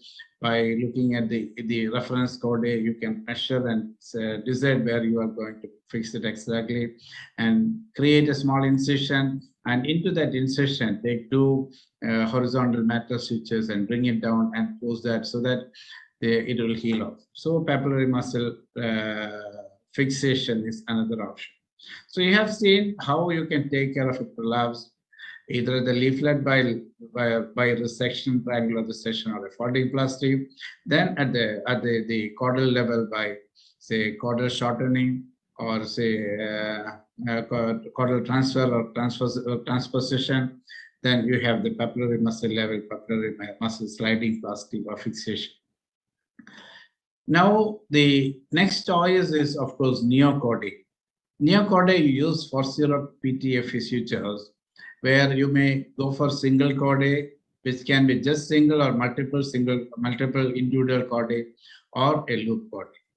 So when you're going for an artificial chordae, it has to be anchored to the papillary muscle head, and then it has to be taken to the tip of the leaflet like this. And then the most important thing is, like, you have the reference chordae here, the length should match. If you have a longer chordae, it is going to prolapse again. If you have a shorter chordae, it is going to retract this anterior mitral leaflet, leading on to failure to repair. So it's important that you should have a proper, adequate, you should be very sure about the length which you want to do, which you want to have. And there are different techniques to have the exact measurements. I will come to that. That is number 1 point.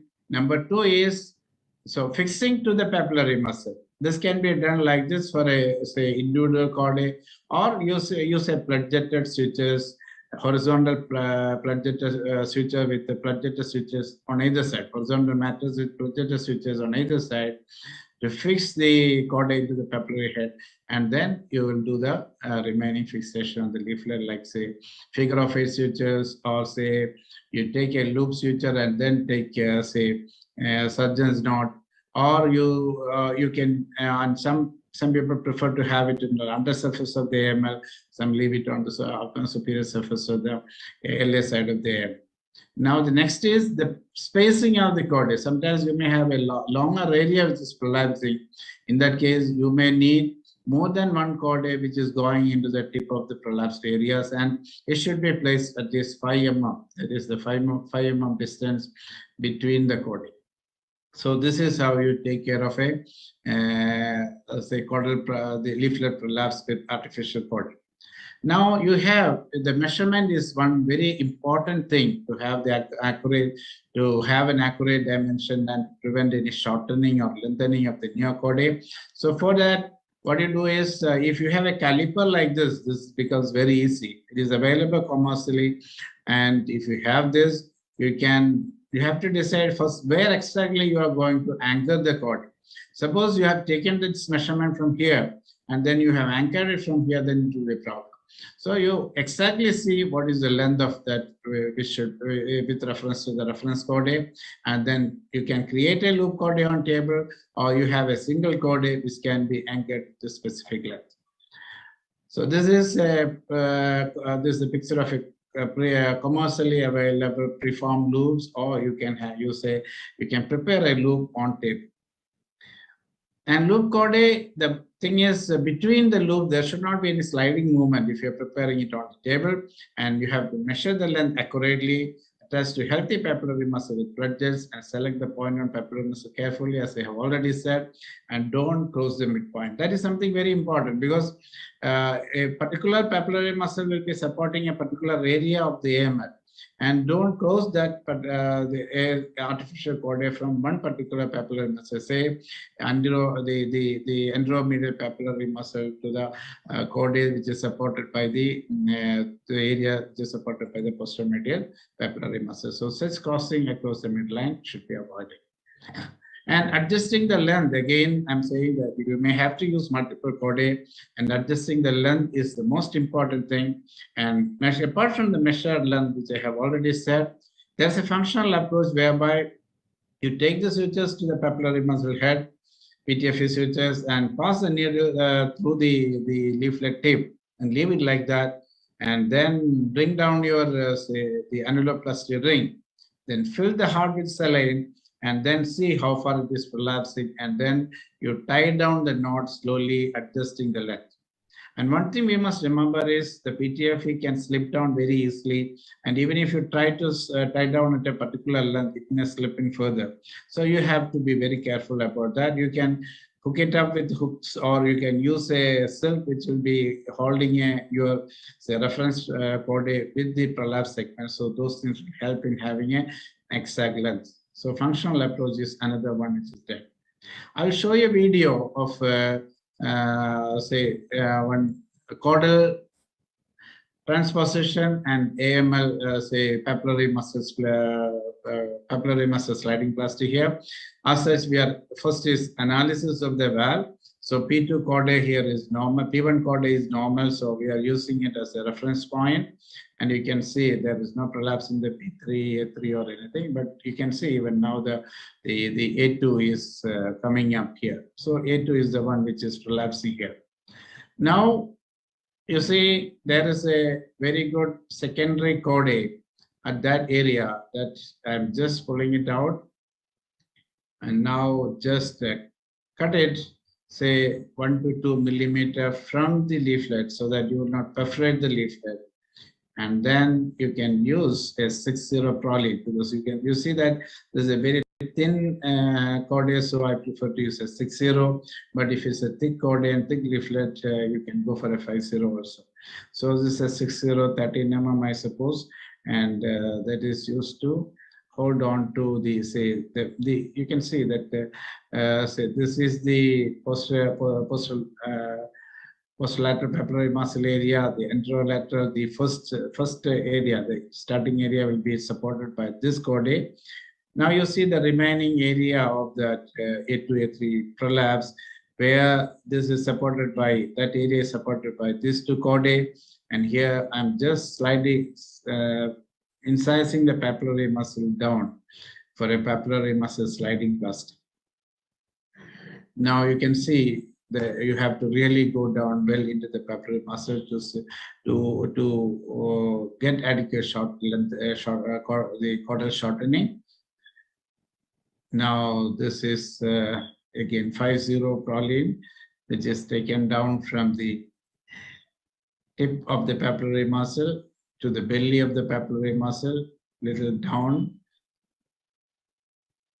so as to correct the prolapse. And I use some pericardial plug here. Sometimes PTFE is used, so that will take care of the prolapse of the anterior mitral leaflet in that segment. Now, now once you place your ring, you can do the saline testing, and you can make sure that, say, there is no prolapse or no regurgitation.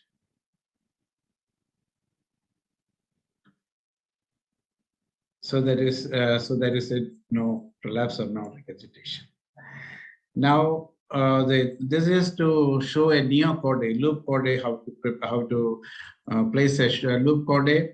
So you can see that again, I'm using the, say, P2 segment, P1 chordae as the reference chordae, which is not prolapsing after taking all the sutures. And we don't have a caliper, that's why I'm using a scale. And the 0 point will be where I'm planning to do the attach the chordae to the papillary muscle, and here it is 2.4, but 2 millimeter allowance is given for the nodes which we are going to place. So I have cut it at 2. Now 4 or 5, sometimes 4 or 5 chordae can be placed with that, and you place the nodes like this. Say this extra length due to the knots should be taken care of while you are when you are planning the loops. Now this is supported with the plug jet.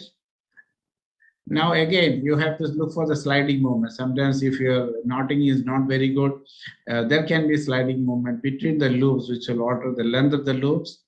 Now you see for the length, once again, exactly what you have done. Now this can be fixed to the papillary muscle again. You are taking it down and fixing it with the plug jet on either side. And then the tips, the fixed, then each individual chordae can be fixed to the, say, edges of the prolapsing leaflets. Here you can see again whether the chordal length is adequate or not. I'm testing, and now you are fixing it to the AML where where the prolapse is seen. So all the chordae has to be fixed, and don't leave any chordae alone. Or if you have 4 or 5, you have to fix all of them. Don't leave any of them without fixing. So that is very important. Now to conclude, as you have seen, anterior mitral leaflet is a little bit more challenging, and a thorough understanding of proper planning is essential for any repairs. And select the best tool in the armamentarium. You have so many options available, and select the best tool in terms of your experience as well as the particular availability of the. To conclude, anterior mitral leaflet repair is challenging.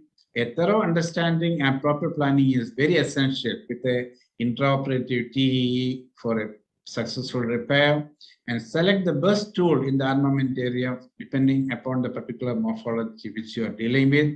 And you may have to use multiple techniques for the same leaflet or same case. So be prepared to use, say, chordal transfer or transposition or shortening, or say artificial chordate depending upon the situation. So definitely repair is going to help us, help the patient a long way. Thank you. Thank you for the patient hearing. Thank you.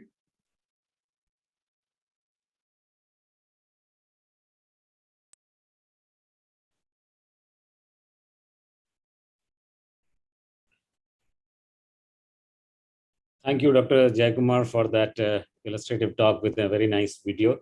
We could see very clearly. Now, next would be, we'll finish the talks and then we'll go for discussion. Dr. Praveen Verma, I would invite Dr. Praveen Verma to speak about complications of mitral valve repair and management of systolic anterior motion. We all know that no procedure comes without its share of complications, so it is good to discuss this. Dr. Praveen Verma, please.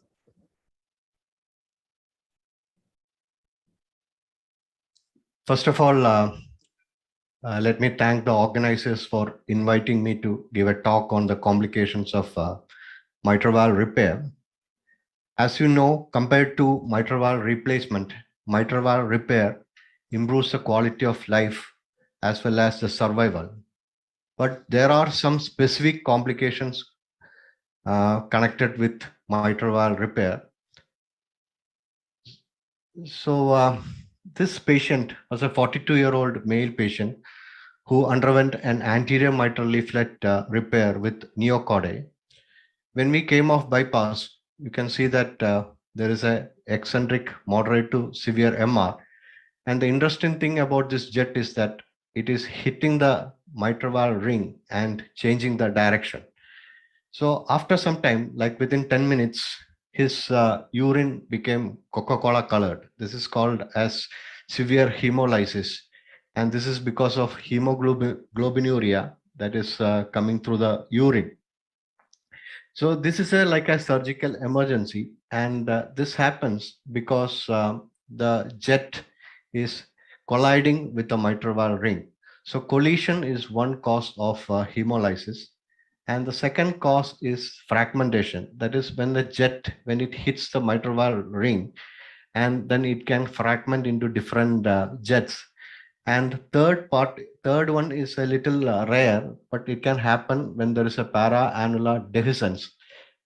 In this case, there is a small jet. When it accelerates through that defect, it can also cause hemolysis. So hemolysis, when will you suspect hemolysis is when you come off bypass, or when in the ICU, when you see a patient with an eccentric jet, or when there is a commissural jet, you'll have to suspect that this jet can hit the mitral valve ring and can cause hemolysis. When it is severe, you have to return the patient back and re-repair or replace as early as possible, because hemoglobinuria, if it persists, it can lead to acute renal failure. So hence it is a surgical emergency. So this is another patient who underwent a posterior mitral leaflet repair. So when we came off bypass, there was only like a trivial MR, and at the time of discharge also the patient had only trivial MR. He had a posterior P2 flail, and we had put an R2 artificial chordate to P2. At 3 months of follow-up, he came to our OPD with anemia, and when we looked at the patient was also mildly jaundiced. This is because of a chronic hemolysis. When we looked at the echo, you can see that there is a mild eccentric MR because of residual P2 prolapse. And this jet was hitting the anterior part of the ring and causing hemolysis. So when you see such patient with persistent severe anemia and with a low hematocrit, with an elevated LDH level, hyperbilirubinemia, and presence of schistocytes, fragmented cells, or polychromacy on peripheral blood smear, you'll have to suspect that the patient has got chronic hemolysis. In fact, I have a patient. I had a patient who actually, was having a chronic hemolysis, but it was mistakenly diagnosed as a patient is having some kind of a hemorrhagic disorder, and was on follow-up with the hematologist. So when they investigated, they found that the patient had hemolytic anemia, and when we looked at the echo, we found that actually there was a small jet. It was hitting the ring, and we had to re-repair this patient. So hemolysis is one important cause of complication of mitral valve repair. And the second important complication is a systolic anterior motion of the mitral leaflet. Systolic anterior motion of the mitral leaflet is defined as a buckling of the anterior mitral leaflet into the left ventricular outflow tract, causing dynamic left ventricular outflow tract obstruction. Why it is called a dynamic left ventricular outflow tract obstruction is that the obstruction increases with increased contractility, decrease in afterload, or with hypovolemia. So there are several predictors of the SAM which your echocardiographer can detect pre-surgery. So these are some of the points which favor the formation of SAM after surgery. One is that the presence of a tall posterior mitral leaflet more than 15 millimeter, or the anterior mitral leaflet to posterior mitral leaflet ratio of less than 1.3, an iotomitral angle of less than 120 degrees, C-septal distance, that is the distance from the tip of the AML to the interventricular septum when it is less than 25 mm, or when the interventricular septal thickness is more than 15 millimeter, and anterior displaced papillary muscles. These are some of the predictors of SAM. But the most important thing that can happen in SAM is that if you insert a small complete prosthetic ring, there is a chance that the patient may develop systolic anterior motion. And after your surgery, if the posterior mitral leaflet length remains more than 15 millimeter, there is a chance that the patient will develop SAM. So these are the predictors of the SAM. As you can see that a tall posterior leaflet, a C-septal distance, that is from the tip of the anterior mitral leaflet to the interventricular septal thickness, interventricular septum of less than 25 mm. If the interventricular septum is very thick, or the iotomitral angle is less than 120 degrees, these patients can develop SAM. So basically SAM occurs because of a large mitral valve inside a small left ventricular cavity.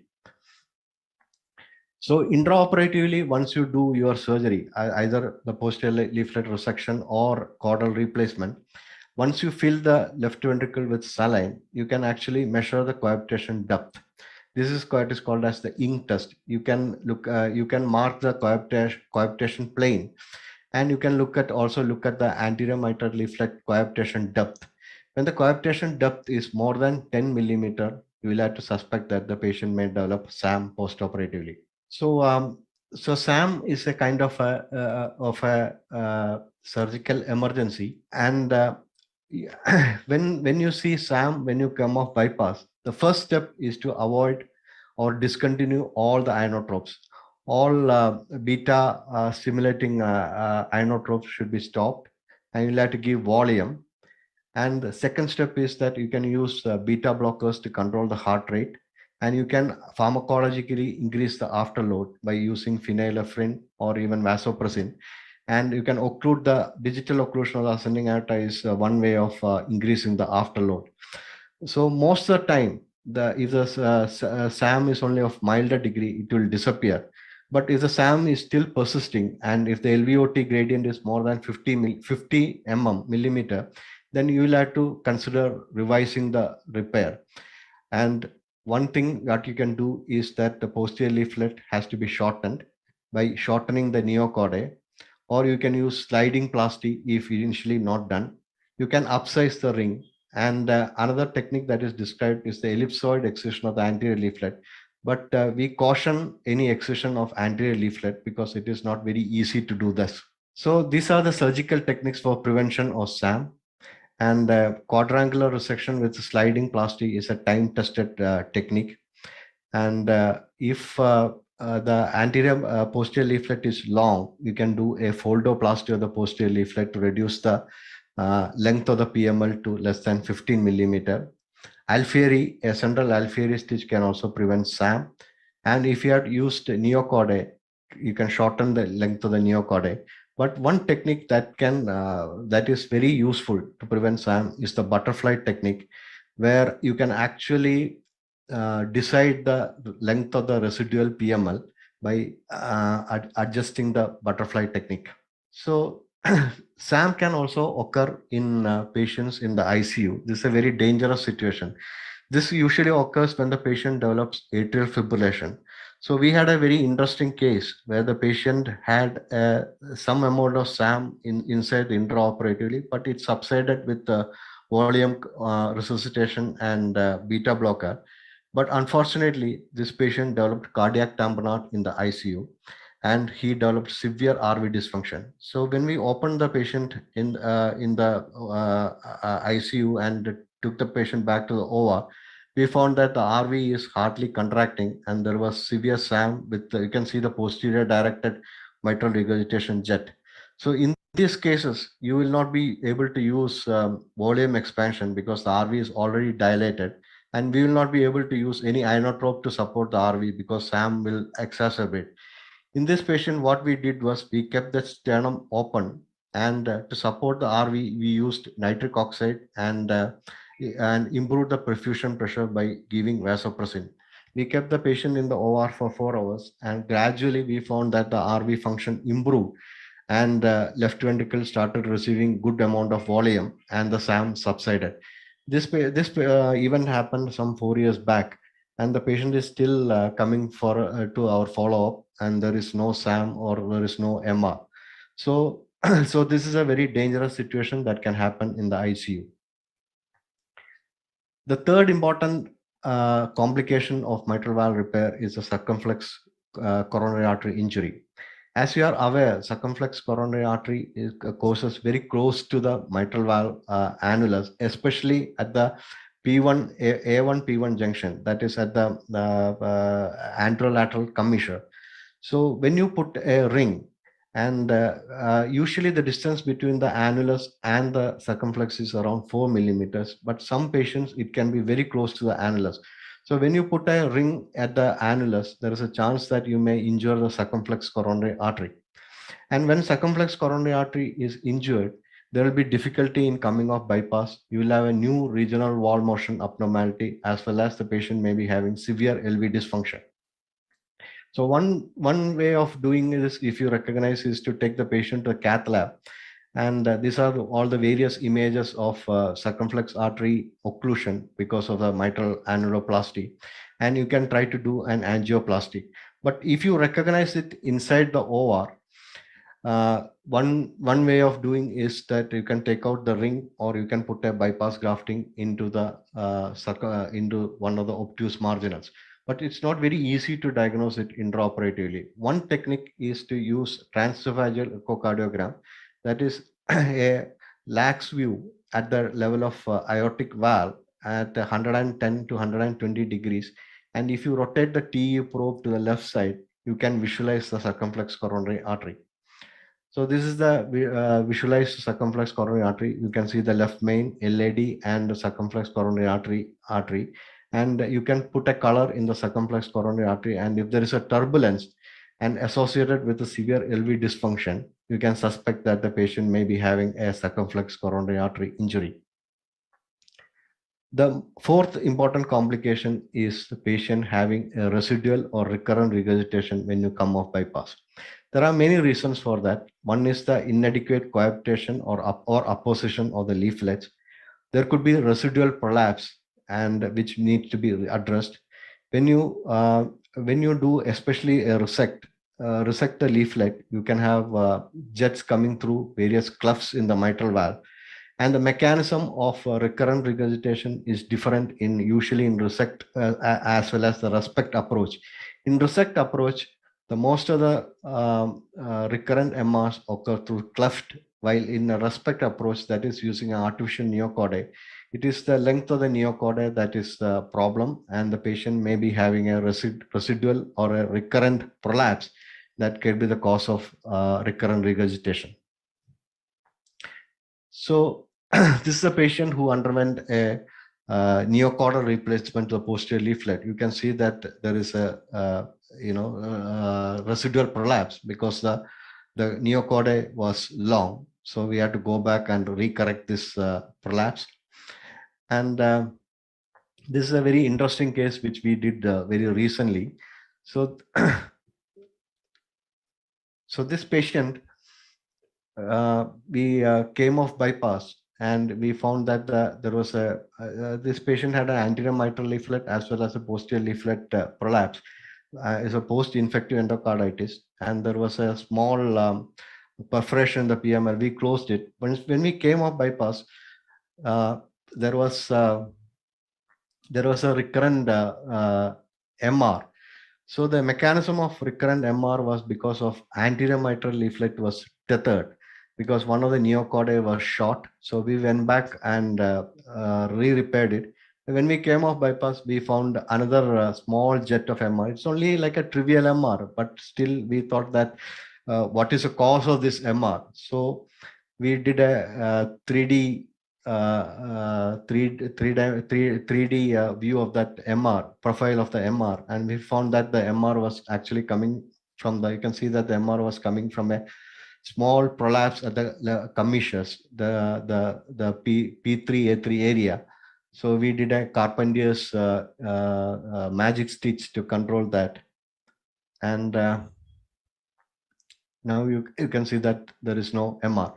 So echocardiography, perioperative echocardiography is very important for diagnosis of residual or recurrent MR. You have to know what is the mechanism of recurrent MR. If you understand the mechanism, it is very easy to correct. For that, a good echocardiographic assessment as well as 3D profile of the valve is important. So this is a recent paper we published from our department. We published in seminars in cardiothoracic and vascular anesthesia. Anybody who is interested can read this, where we are given a proposed decision pathway for assessment of repaired mitral valve. So when you repair the mitral valve, when you have a residual MR, I'll come to that later. And the second important thing is to look at any mitral gradient. So when you have a gradient of more than 5 millimeter, you call it as the patient has got a significant mitral stenosis, and you probably may have to re-repair. I already talked about the SAM. So when the SAM is less than 50 millimeter and mild MR, usually you can control with the volume replacement. But in these cases, you have to be very sure about your post-operative management, because if this patient develop fast AF or develop cardiac tamponade, they can precipitate SAM, and it becomes a very difficult situation to manage. So in these patients, we start a small dose of Codron, amiodarone prophylactically to prevent development of AF. But if the LVOT gradient is more than 50 and the MR is more than mild, then we go back and usually re-repair. And the fourth important complication is a circumflex coronary artery injury. And if you can identify it, you can remove the ring or put a graft. Or if you identify it in the ICU, you can take the patient to angiograph, cath lab, and do a stent. So it's not very easy, because as I said earlier, most of the circumflex coronary artery injuries are usually underreported and unrecognized. So when you get a residual MR, and if you find that the MR is more than trace or trivial, then the first thing the echocardiographer should look at is the leaflet motion. If the leaflet motion is normal, then you'll have to suspect cleft or perforation. And if cleft and 3D is very useful for identifying cleft or perforation, you'll have to go back and re-repair. But if the leaflet motion is abnormal, if there is a prolapse, then definitely you will have to go back and re-repair. And another important thing that we are finding nowadays is that tethering of the leaflet, especially the anterior mitral leaflet, can occur. And you will have to have a thorough understanding of what is the mechanism of tethering. If it is because of a short chordae to the anterior mitral leaflet, you can re-repair. But there has to be always have a good communication with your echocardiographer. The decision to accept or decision not to accept has to be made with a joint decision. So with this, I'll conclude my talk. And I once again thank the Indian Association for giving me the opportunity to talk about a very important subject. Thank you.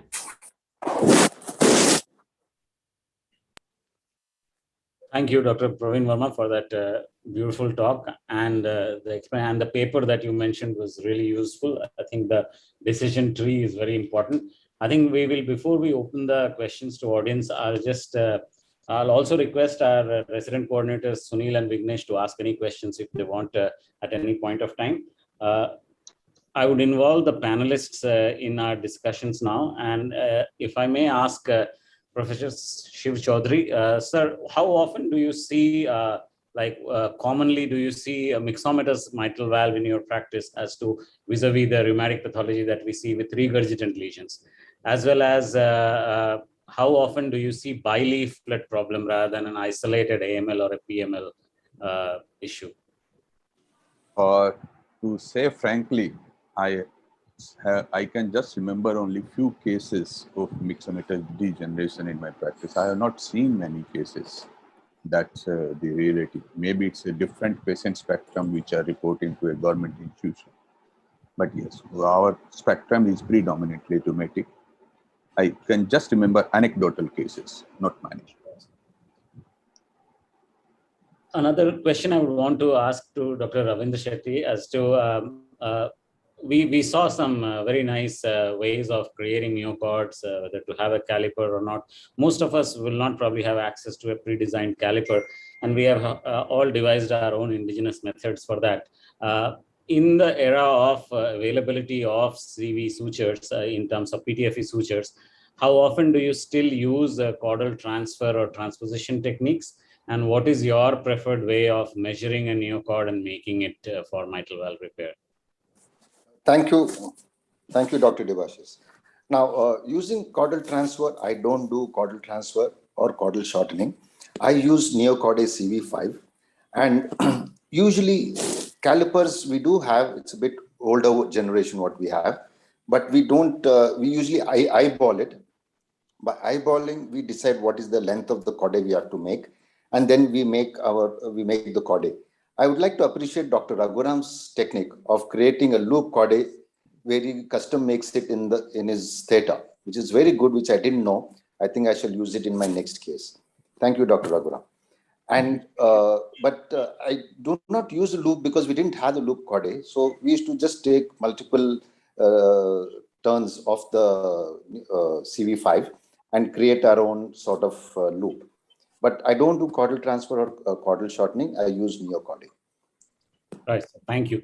I think another thing which I had seen and I had picked up from Dr. Tom Carl is what he used to do is he would take a small suction catheter and then slide it on the CV5 once you have taken it through the papillary muscle of a pre. So he will measure it with a scale and then cut a small tube and slide it on the CV5 suture, and then tie the knots on it, because it is often very difficult, as we all know, to slip these into an appropriate size. So they will become either shorter or they'll remain longer. And then once you have a few knots on that particular plastic tube, he will take the plastic tube out and then take the needles through the leaflet and create that. So again, sort of sizing of the thing and not sort of distorting it while tying is of paramount importance. Is Dr. Periyaswamy there? I wanted to ask him another question. He was in the panel. If he's there, or I would. Yeah. what are the... Yeah, Tablisis. Hi. How are you? Good to see you. Yeah. Dr. Raghuram did illustrate as to about sizing of the ring by either using the intertrigonal distance or the AML height or both. What exactly do you follow? And again, this is again a question which has many answers as to what is your choice of ring. Would you use a complete vis-a-vis incomplete? Would you use a rigid vis-a-vis flexible? And would age, if you're operating on a regurgitant mitral in an adolescent age, would you use a ring at all in terms of a growing age, or would you use something else? Thank you. Yeah. Thank you. First question, that is, I use that is what Raghuram has said, that is artificially on table, that is not loops. There's some grown-up patient, we always use 4-0. What the Raghuram has said, that's 5-0. But 5-0, we feel a little bit thin. If suppose kids means, no, we're using 5-0. Then second, that is always we use the ring. Unless otherwise, that is mitrally, that is semi-rigid or rigid. Most of them we are using Medtronic 3D profile ring and complete ring. Sure. Dr. Praveen Verma, what would you define as a acceptable repair? So there is some amount of, say, regurgitation that you see, which is sort of the echocardiographer is not very committed about to call it either. He's saying it's mild to moderate. Is there any sort of on-table criteria that you as a surgeon would follow to say that I'm going to accept this repair in terms of residual regurg? See, when you see residual MR, the first thing we actually look at is there any residual problem? See, if you can have a like a mild or a mild eccentric MR, but if you accept that, we have found that within 2-3 months the patient will come back with more than moderate MR. So it is not like if you find that trivial central MR, then we are not worried. But if you are finding that jet is coming from especially it's an eccentric or it's coming from the commissure, then we are really worried because of two things. One is the MR might progress. Second thing is that it might cause hemolysis. So basically what we are looking at is what is the mechanism of MR. If you find any MR that is not central, then we actually really like to look for what is the cause of MR. And if there is an MR that can be corrected, you always go back and correct. That's our protocol. If there are any questions from the audience, we would want to take that at this point.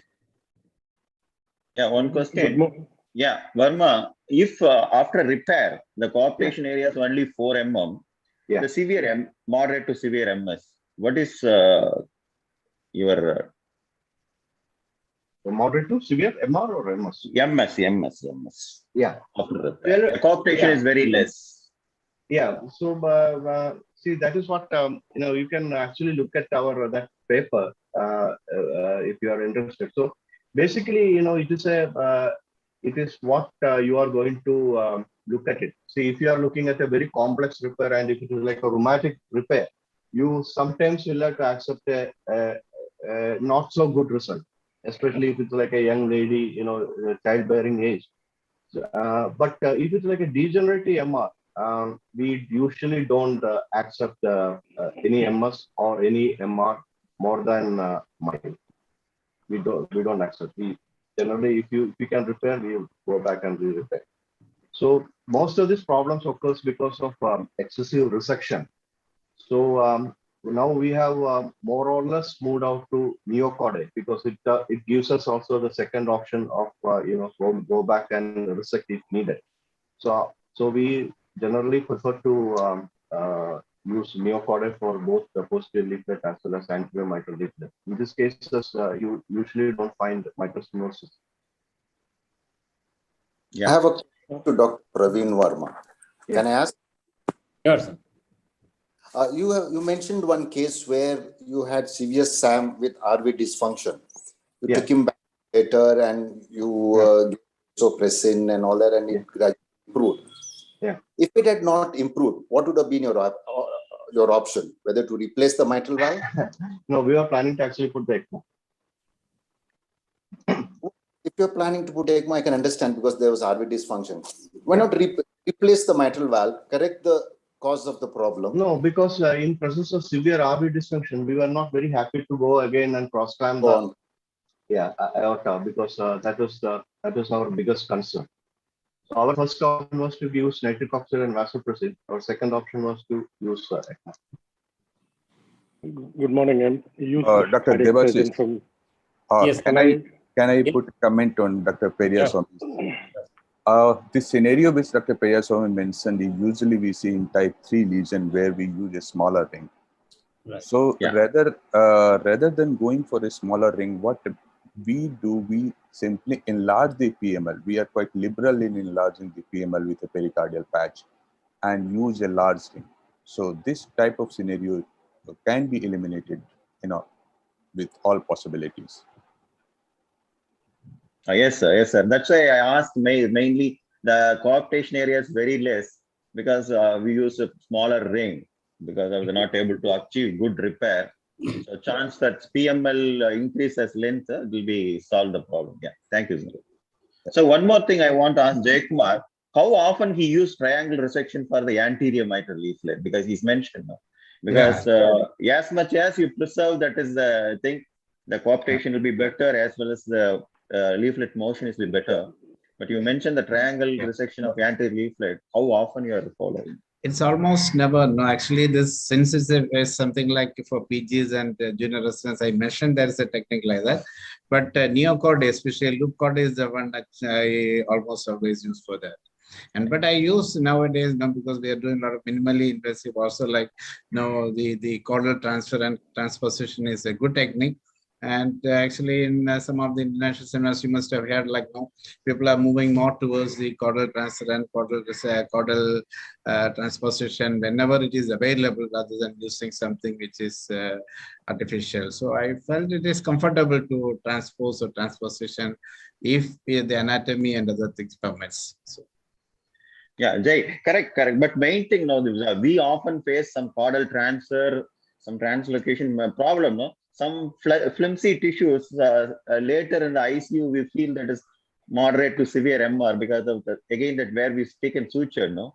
The peel of the tissues come off and a lot of repairs happen. That's why the good artificial caudaes and loops are come, we are more comfortable. But depends on the person to person choice and case to case, how the tissue thickness is all based on that. Yeah, I was using only artificial caudate for quite a long time, and for the last 1 year only, I have restarted with the caudal transfer and transposition, because if you are healthy caudate and healthy tissue, you can use. Otherwise, don't. Yeah, even the pediatric age only we are trying to, that is the same caudal press all. We won't go for artificial because the small babies. Otherwise, always artificial. Thank you, Jay. Dr. Sunil, Sir, if you have any questions, our resident coordinators for the session, we would invite them to ask questions. Good morning, it's the use of cardiac surgeon. Just a comment around can I comment on that neocaudal measurement? Yeah, the technique, I've been listening to your techniques. The one technique we have been using is filling the LV and then clipping and tying on to the clip, as you said, like a plastic tube. So this clip can be removed easily. That serves well. I learned it from Hugo Vanneman, especially in minimal invasive as well. It's simple and easy procedure. It keeps the measurement of the cord. Correct. Actually, that clipping technique is something which I also used a lot, but now that also slips down. The clip also slips down sometimes. That is, and where we remove it, sometimes the caudate gets abrasions, and you can have an issue there. I have a question for Dr. Raghuram. How often do you use an additional Alfieri stitch, whether at the commissure, whether in the middle? Let's say you have repaired it, you're more or less happy. There is still some tiny jet coming on your saline test. Do you use a combination of various repair techniques if you have a commissural leak after, say, a leaflet procedure? I almost never use a Alfieri stitch in the center. Right. I have used it many times for a commissural prolapse because it solves the whole problem. As long as you have put an adequate size wing, it doesn't cause any significant regurgitation. But I have not used the Alfieri stitch in the center because most of the time I end up using a ring which is either 28 millimeter or 30 millimeter. In that, I am not very happy to put a central stitch. Sir, Raghuram, sir, one question that can I ask? Yes. Yeah. Sir, you are repairing the posterior mitral leaflet. Most often, post repair, we used to see that in echo, that posterior leaflet is not at all moving. Anterior leaflet move well. Yeah. For that, if you secondary and tertiary chordae, you release often, or you just accept and. No, I released secondary and tertiary chordae only in rheumatic etiology, not in nystagmus etiology. Because we already know that when we do an annuloplasty, we do not expect much movement of the posterior leaflet at all. The entire competence depends on the sizing of the annulus and the excursion of the anterior leaflet. The posterior leaflet movement is very little, whatever we're doing. So I'm not worried about the fixity of the posterior leaflet. Thank you. Thank you. So if there are any closing remarks from any of the panelists, Dr. Shiv Chaudhary. I just wanted to add about what Yusuf commented. I have also extensively used the clipping technique. I learned it from Bangkok. For almost all my measurement before using ILU, I used to put bring it out through the leaflet, fill up, and then put a medium-sized clip and then start suturing. And I was a little worried sometimes whether the removing the clip could abrade the card and cause later on problem, but I have not had it so far. I've got nearly more than about 200 cases experience, and I have a follow-up of more than 12 years.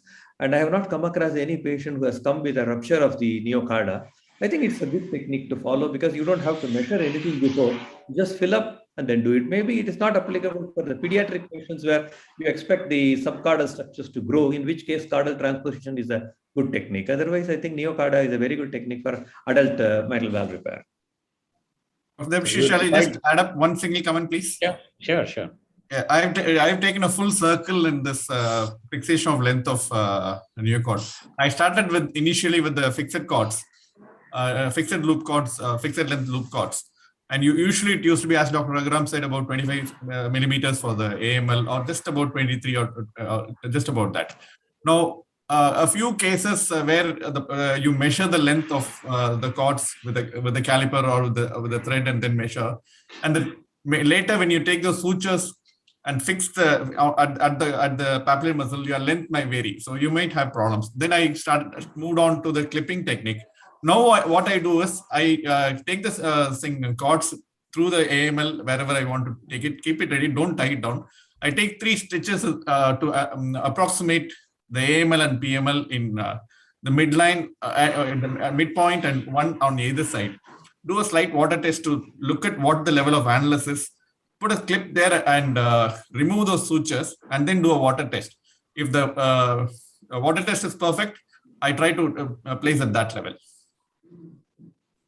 I will add to that comment if you permit. Yes, sir. Yes, sir. Please, sir. There are as many techniques as there are surgeons about measurement of the caudal length. When you take a loop, that's why I told you in my presentation, a little longer is better than a little shorter. And if you take a pre-measured loop and fix it at one point and you find that it is a little longer, all you have to do is take additional 2 stitches of that loop onto the leaflet edge, 2 millimeters on either side of that. That will reduce the length of your loop and bring it down to the appropriate level. I mean, there are many techniques. This is one technique which I follow. So I fully accept Raghuram sir what he said. Yeah. One closing comment from all the panelists and the speakers, because I think 11:20 was the session closing time. So we'll start with Dr. Shiv Chaudhary, please.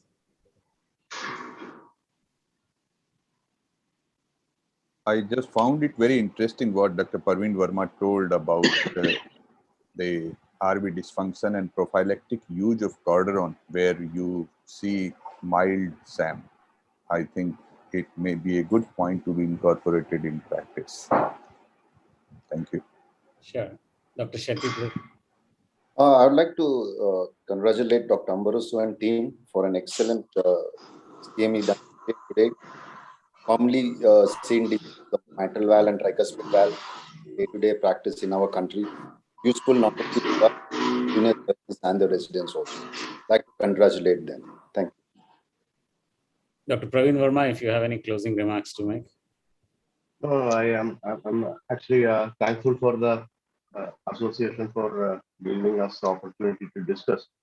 And I liked the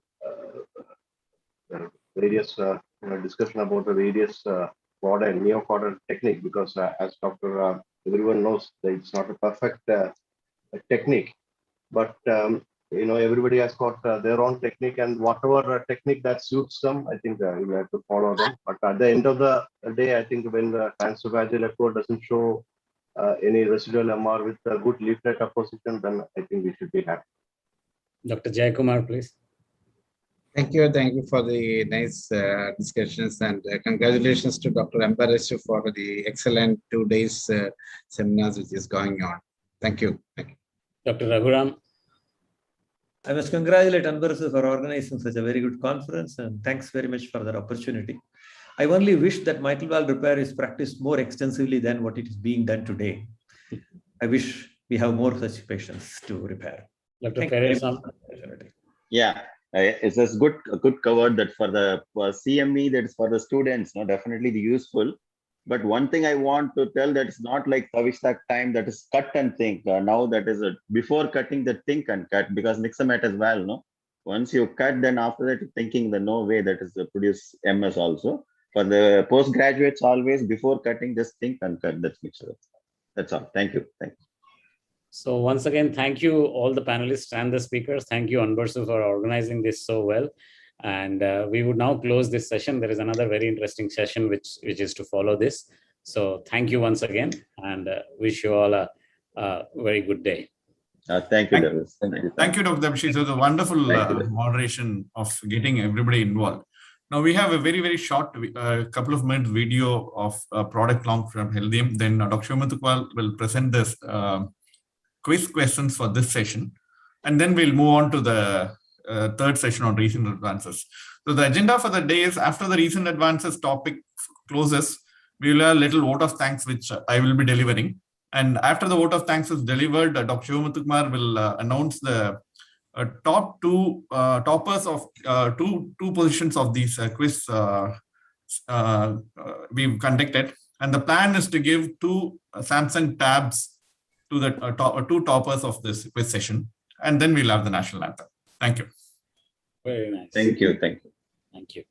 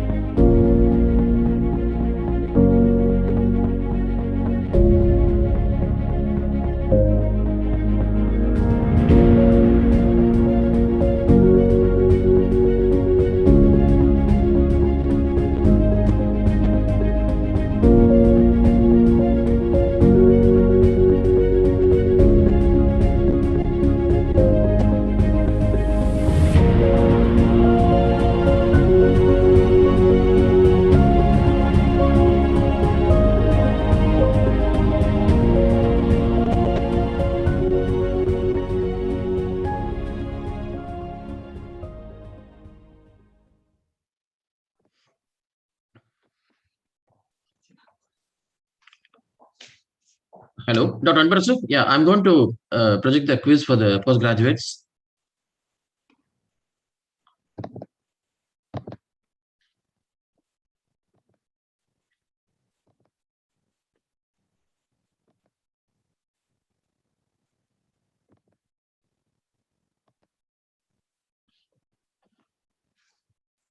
So we have 5 questions for this session, and the postgraduate requested to send the answers through WhatsApp to this number. The first is, what decides the type of resection in PML repair? Second question is, what are the 3 predictors of SAM in pre-op echo? Third is, what is the length of AML neocardi in fixed loop cards? What is caudal transfer? What is caudal transposition? Fifth is, what are the causes of hemolysis after mitral valve repair?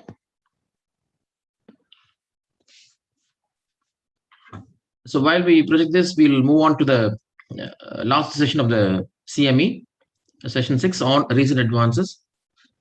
And it is not the end of our learning. In fact, it is the beginning of our learning, and it's the beginning of new era of practices, both in surgical practice and interventional cardiologist practice, to approach and correct mitral valve diseases.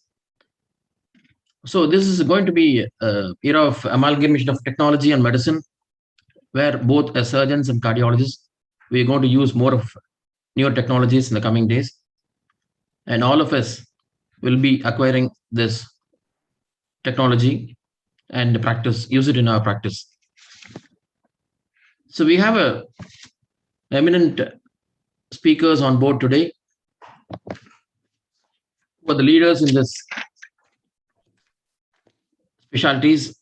We have Dr. Adil Sadiq, who is going to talk on a robotic approach for mitral valve diseases and conductive CPV, like cannulation. And we have Dr. Tyagaraja, who is going to talk on, share his experience on mixed mitral valve, the tips and tricks for the younger surgeons. And we have Dr. Ravindra Singh Rao, who is going to share his experience on newer horizons in mitral valve interventions. And Dr. A.B. Gopalamurugan to talk and share his experience on recent advances in tricuspid valve interventions. So in the panel, we have eminent cardiologists and surgeons, Dr. Ajit Mulasari, Dr. Rajendra Umbekar, Dr. K. Damodaran, Dr. M.M. Yusuf, and Dr. Rajesh Venkatraman. So with this a short introduction, we'll move on to the first talk. I invite Dr. Adil Sadiq for his talk on robotic approach to mitral valve disease.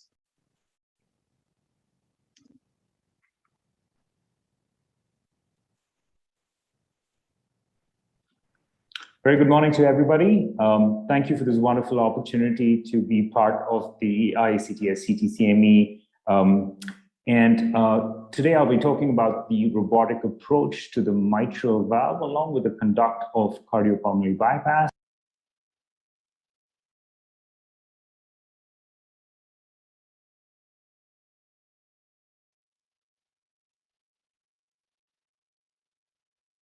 And from Sakra World Hospital.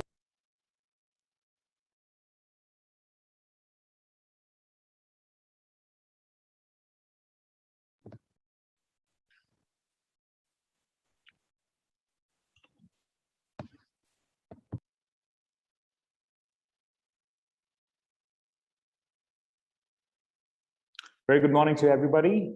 Thank you for this wonderful opportunity to be part of the IACTS-CTCME. Today I'll be talking about the robotic approach to the mitral valve, along with the conduct of cardiopulmonary bypass. And from Sakra World Hospital, Bangalore, I'm Dr. Adil Sadiq. So my talk today is going to be centric on a basic guide for the setup for mitral valve surgery in a robotic setting. So this is an important picture that I wanted to share, that all around we've seen an evolution of the human beings, right from the Neanderthal times to current times, and important to understand, and this evolution has also been the adaptation of technology in our day-to-day lives. Cardiac surgery is no different. The evolution is rather revolution, especially when it comes to mitral valve surgery. There was a time when a lot of the surgeries were done through sternotomy, still being done in some parts of the world, but slowly but surely we've been making a shift to a lower hemi sternotomy, to an upper hemi sternotomy, to a thoracotomy, to a non-rib spreading video-directed mitral valve surgery, to finally robotic-assisted mitral valve surgery. So we need to understand that these particular robotic systems that we're talking about have their own plus points and drawbacks. And it's an important slide that I'd like to share with everybody, especially the younger surgeons out here. I do understand that the robotic system does have a learning curve. I do understand the cost involved in procuring the system, maintaining the systems, the consumables that go into it, and the longer operative time that's required, more amount of coordination that's required with different specialties. But we need to understand the entire reason robotic heart surgery is here and probably will stay for a long time is because it suits the goal of least invasiveness. We have the fastest recovery possible for our patients. Using the system, we have three-dimension vision, superior access, dynamic retraction of fields, and unparalleled dexterity, just like we would have in our human hand. Now, the different kind of robotic systems that have been there right from the first one, that is the Da Vinci system by Intuitive, to newer and probably better systems like the Hugo Ross system by Medtronic, which is in a stage of FDA approval at the time being. But today's talk is going to be centric around the Da Vinci systems in mitral valve surgery, simply because I feel it has the longest track record. It's the most widely used across the globe, not just cardiac surgery, whether it's prostate surgery or gynecologic surgery. All of them have different generations of the Da Vinci systems, right from the first Da Vinci to the S, the SI, the X, the XI, and the RP now as well. So centric to a robotic program are three particular system components. And the centric one, of course, is the patient part. Everything about it is important. You have the surgeon console where the surgeon sits, manipulates, watches through three-dimension, and the vision part, which does all the back-end work, is kind of like the server that you have for computer applications. Not only does it generate vision for the rest of the members of the team, but also with carbon dioxide insufflation. It houses bipolar, monopolar cautery packs, and so on and so forth. The system that I first used years ago and most familiar, of course, is being depicted out here is the SI surgical system. Just for demonstration's sake, out here it has 4 arms, and one of those arms is centric to being a camera, a three-dimensional camera to give us superior vision. There are 3 arms apart from the camera arm, and these 3 arms have different kinds of instrumentations. Now, these instruments could be just needle holders, could be energy devices like bipolar, monopolar. It could be clips, endoclip, just like you need to harvest an internal mammary artery and so on and so forth. What's important with the Intuitive designs is that there's a constant research in developing new kinds of systems and new instrumentations that can be utilized out here. So that's a hats off to them and credit to them. Let's just jump in on to the surgery itself. The positioning of the patient is very important, just like in any kind of heart surgery. The patient is brought to the right side of the table. You put a roll behind the scapula. We have an angle around 35 to 45 degrees. Make sure both the groins are exposed. There is no pelvic tilt.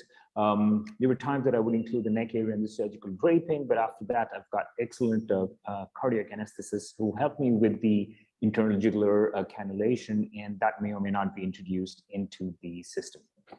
So this is a photograph of the patient being positioned out there with the little marking that we do, surface marking for areas that I'm going to put the camera port, the right arm and the left arm port, as well as the extra arm that's also called the 4th arm. So out of the 4 arms, camera, left arm, right arm, 4th port, a working port is essential because that's what makes it robotic assisted, because following up of sutures, introducing a suction device, introducing a vent into the left atrial and inferior pulmonary veins. All of that is through this, introducing either a ring, or if you're doing a mitral valve replacement, introducing the prosthesis is through this. So just below that is the clamp position, and of course you don't need the chipper clamp access if you're using an endoballoon clamp. More than that subsequently, but this is how it is. Once you've done that, the markings on a whole, generally the camera port is fourth intercostal space, mid-axillary line. Just a little below that in the fourth space, little posterior axillary line is the working port. The second intercostal space, anterior axillary line, is your left arm. Sixth intercostal space is your right arm. And just a little more, the fourth arm, which in mitral valve surgery is essential to have very good retraction of the roof of the left atrium. It's in the fifth intercostal space.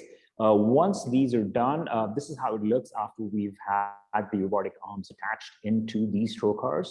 Once this is fixed, the surgical assist who's by the patient side can change the instrumentation as and when is required, and so on and so forth. So the conduct of CPB is very important, just like you have in all forms of minimal access surgery. Compared to conventional access through a sternotomy, many things have changed, and these changes are not new, but they have slowly but surely been progressing over time.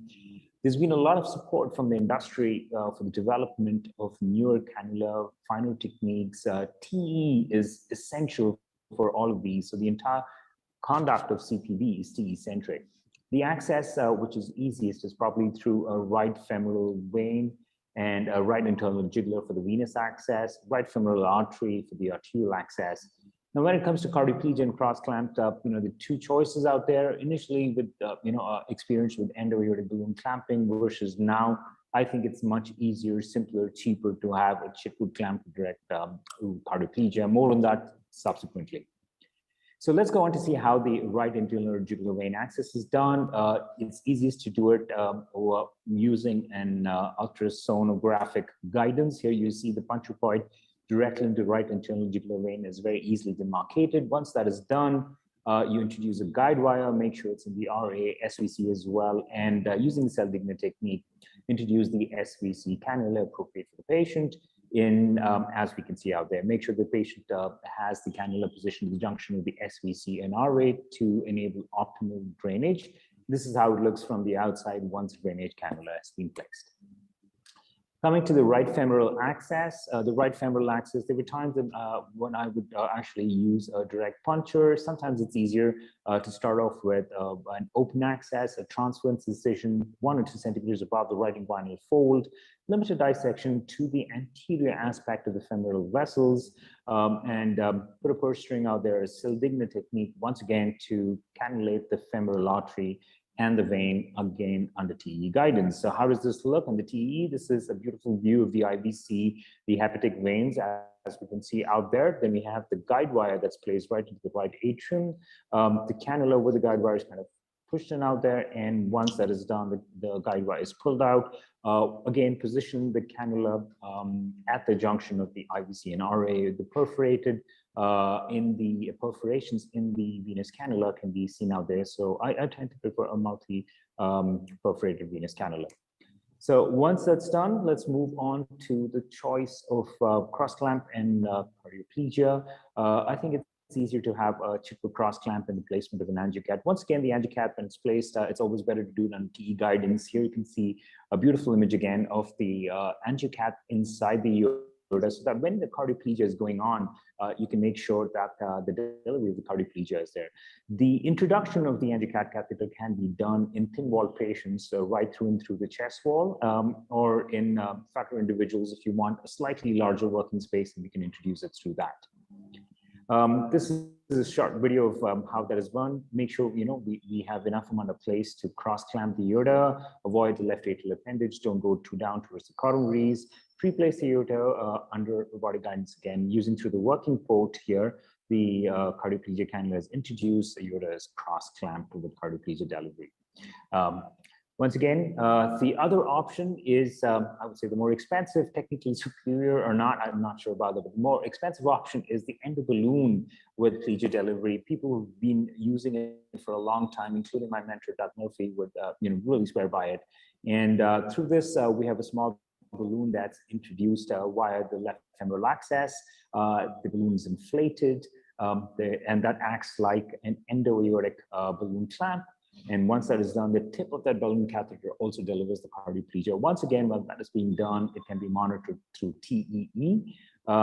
This is just a video of how that is particularly done. Here you can actually see that the endo balloon is right there. It's inflated. You can see the little bulge in the aorta. And at that time, the cardioplegia is going with TE guidance to see what's going on. So the robotic assisted mitral repairs over time have kind of defined the ways of traditional repair. In sternotomy, with respect to the fathers of modern cardiac valve repair surgery, Alan Capetier, Patrick Perrier, and the likes, we've had certain techniques, the French correction, and things like that. But with the move towards video-assisted mitral repairs, there've been newer techniques, the Morse technique, the American correction technique. So newer techniques have been evaluated, and what's important is the results of these techniques have been equal. And the whole idea about having these new techniques is to bring about simpler, faster reproducibility and standardize the approach that we have in robotic valve surgery. After all, once you standardize the techniques, you're going to have standardized results as well. So just to give you a comparison of what goes on, I've got two certain videos. The first one is video-directed mitral repair. There's something that's kind of, in between the sternotomy and the robotic repair. Traditionally, valve hooks, looking at the mitral valve, guided retractors in there.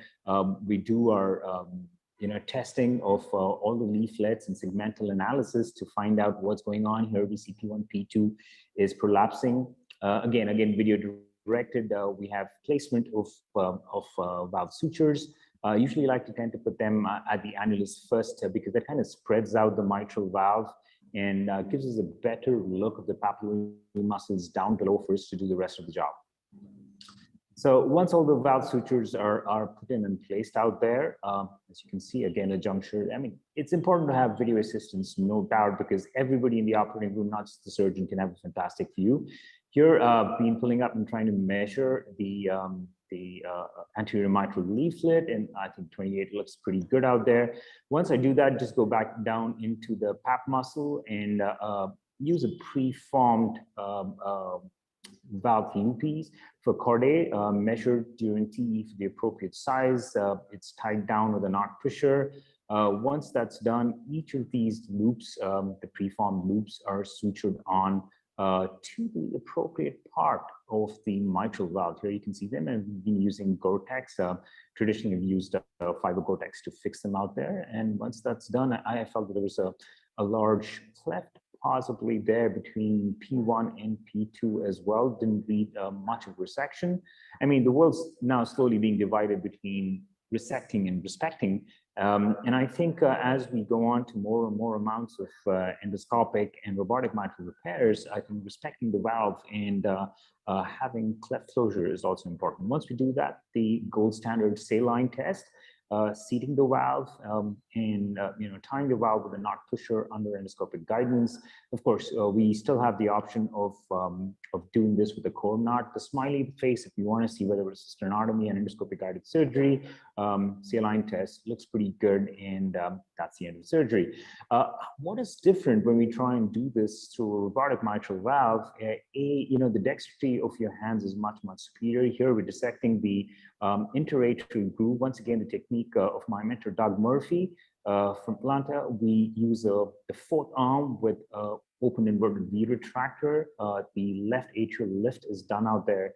Endosucker is introduced to the working coat, place it in the left inferior pulmonary vein. You can simultaneously adjust your retractor multiple times. Dynamic retraction is key of robotic heart surgery. You can go right into the atrium, have unparalleled vision. And this is the things that are different. Traditionally, we try and put the first sutures here. Here we're looking at the height and the width of posterior mitral leaflets. A saline test is essential no matter what kind of surgery you do. A saline test kind of tells us where exactly the problem is. Of course, we've already seen this through the TEE. Over there, part of the P2 is prolapsing. So a pledgeted PTFE suture is taken in on the anterolateral muscle. And over here, instead of having preformed loops, you just have kind of like a figure of 8 onto the free edge of the mitral leaflet, the posterior mitral leaflet. The second suture is again taken out there and put right against that same appropriate part, figure of 8. The importance of the working port is seen here because the working port helps us pull up and maintain the tension on that suture line, which would have been otherwise difficult in a closed chest space. Another suture is placed in the posterior medial leaflet, in the posterior medial papillary muscle, and then when that's done, we test the mitral valve with saline again. It looks pretty good. I think a little bit of tightening on the posterior pap muscle suture that's pushed down. And once that is done, this is the best part, I think. You know, your robotic arm just holds exactly where you want the suture to be placed, and then you can tie it. Of course, the entire retractor system cannot go in. Appropriate size valve is taken. A 10 centimeter PTFE 40 suture is taken. A flexible Durand band is taken in this particular position. This is a technique called the Lear technique, in which 2 centimeter bites are taken very, very close. I do know the circumflex is there, but close bites over and over makes it easier to secure the band out there. Once you reach almost to the 12 o'clock position, you start from the other trigone, fix that out, tie that out with the instruments, robotic instruments itself. And once again, take those small 2 millimeter bites at the annulus, look at the junction of the annulus and the mitral valve over and over. And then finally, the 2 sutures are timed. Here, of course, the knot pusher does the tying through the working port. One of the drawbacks of the robotic system, obviously, is the absence.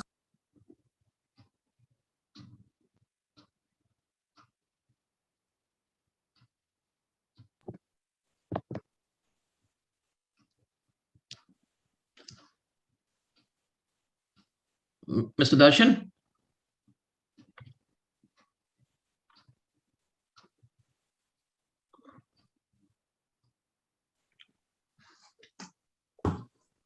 Hello, just a second, doctor. Due to some glitch, like we're facing. Yeah, please correct it. Yeah.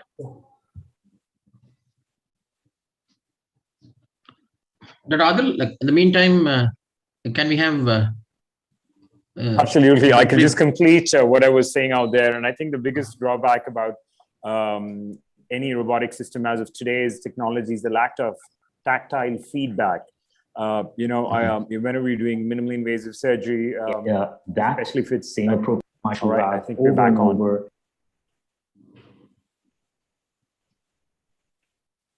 Okay, so like I said, you can mute, Mr. Darshan. Can you please mute the video and play the video and mute? Radhil, you can go ahead.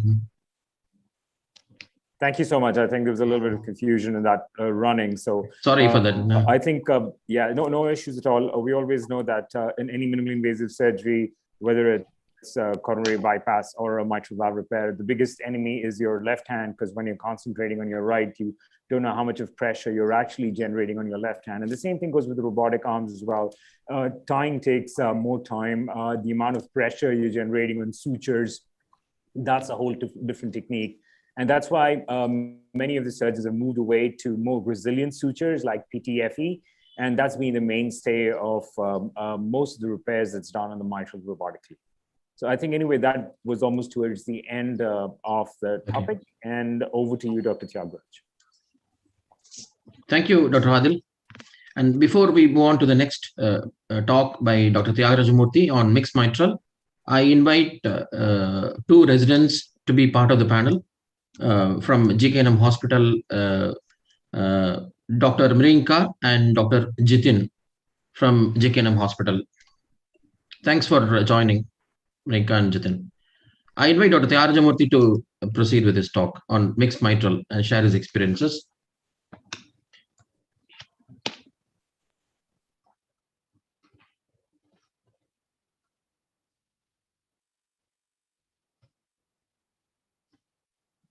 Greetings to everybody.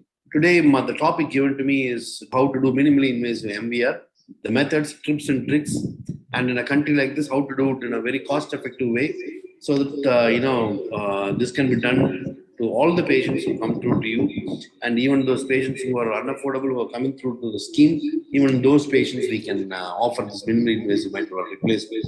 First, coming to the patient selection. So we should exclude the patients who are having the chest deformity, heavily calcified aorta, people who are having peripheral vascular disease in whom the femoral arterial cannulation will be difficult. And during the early part of the experience, in those patients who have a small left atrium, it's a little bit difficult initially. So pre-operative chest X-ray, the CT scan, and the transesophageal echocardiography is a must. So when we do the cannulation strategy, first we prep the patient as usual, the chest and then to the femoral groin area. The femoral artery and vein are isolated, and then femoral vein, we don't put a loop around the femoral. We expose only the superficial part of the femoral vein. We put a purse string and then insert a guide wire, and we use a transesophageal guidance, and then femoral venous cannula is inserted. And then we go for the femoral artery second. We expose the vessel, and then we put a loop around the femoral artery alone, and then make a small incision, put a guide wire inside, and then we insert the femoral artery cannula in an atraumatic fashion. And while taking it out, the femoral artery is closed with 7-0 protein. SVC cannula, we cannulate separately.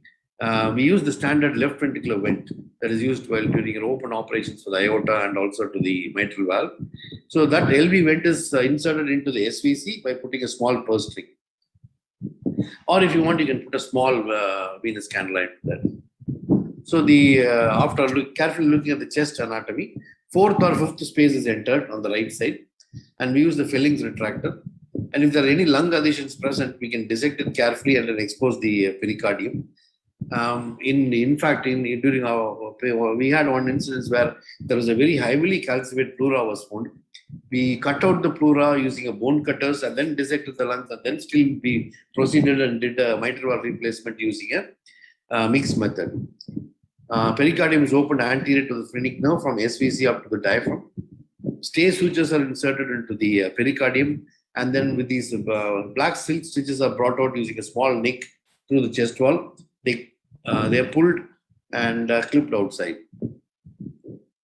And then once the femoral venous cannulas are ready, once we expose the heart, then you can go on the cardiopulmonary bypass. Once the heart is collapsing, then you can easily put a purse string onto the SVC and put an additional SVC cannula.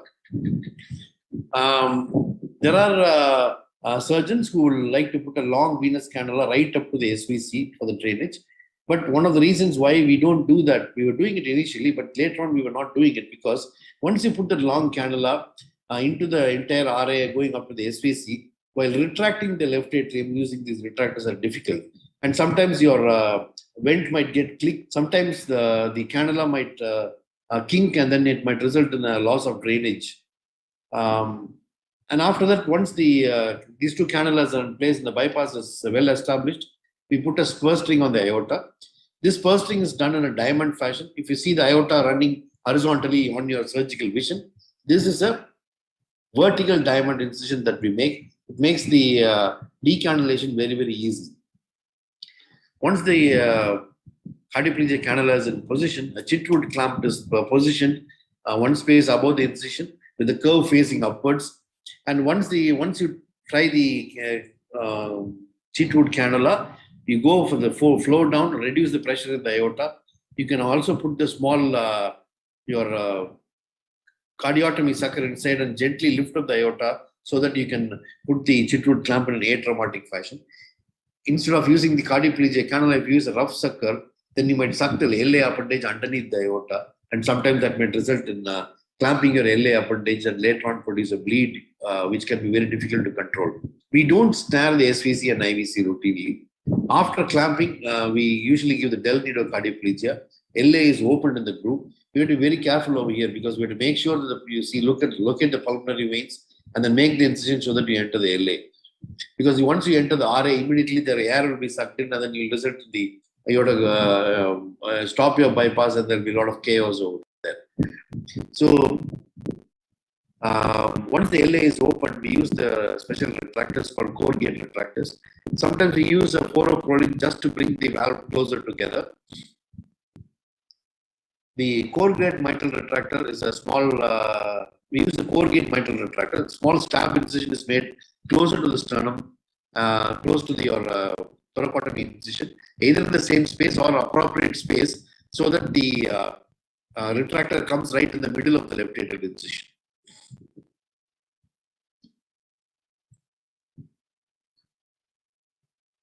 Now, this is how the retractor, it comes in many pieces. We have to assemble them. These rectangular pieces are different sizes, and you can use the appropriate size for the different size of the left atrium that you're encountering. Once it is assembled, this is how it is. This long rod goes through the chest wall. It lifts up the left atrium here, and this can be tightened and kept in a fixed position as and when you want it. So this is the chickwood clamp which I have shown here, and these are the long instruments that mono handle instruments that we use. This is the forceps, and this is some of the pictures I'm just going to run through. And this is a small video. You just see how the valve is going. In that case, it's a Sri Chitra valve that we are putting in. So this is another video that shows that you're putting a St. Jude valve that is going in. I'll make a small video presentation at the end of this. So once the surgery is complete, this is how it looks. You can see this is the snare that is used to snare the SVC cannulation area. You can see your off bypass. You can see the lung. This is a very small incision.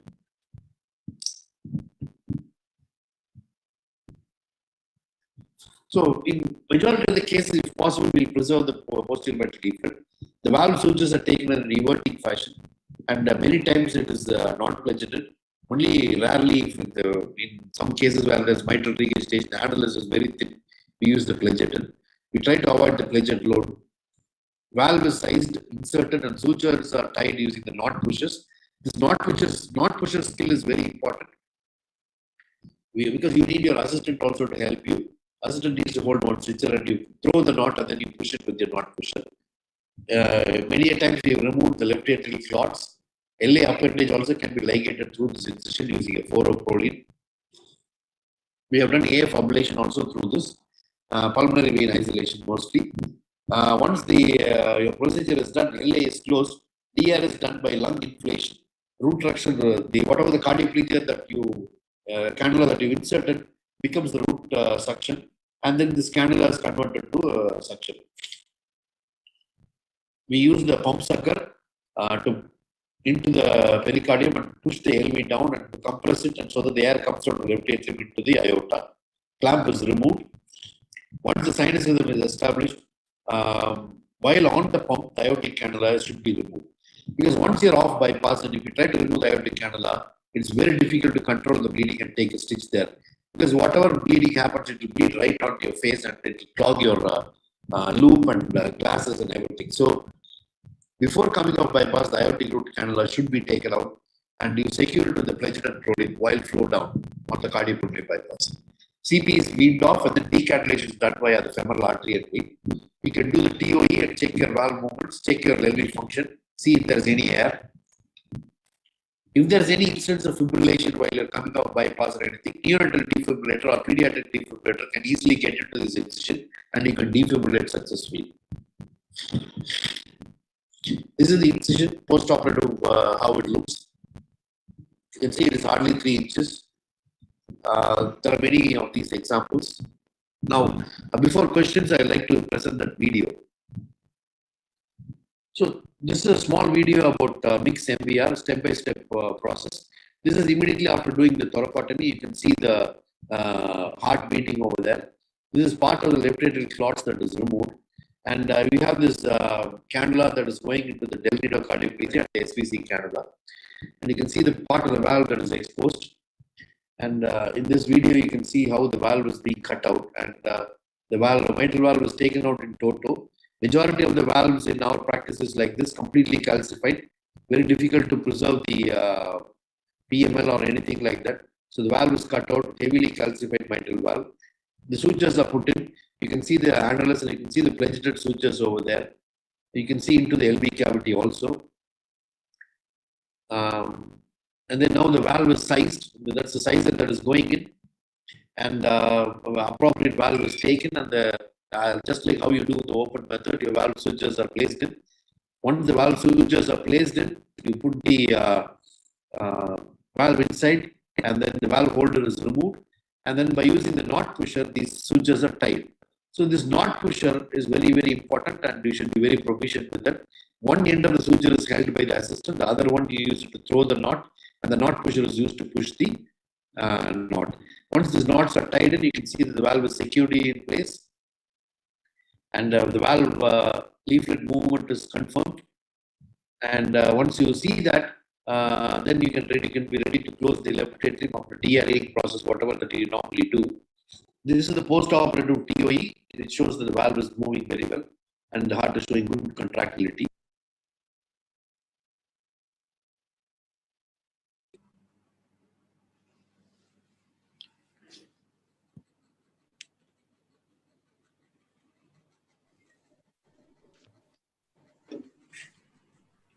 Mr. Darshan?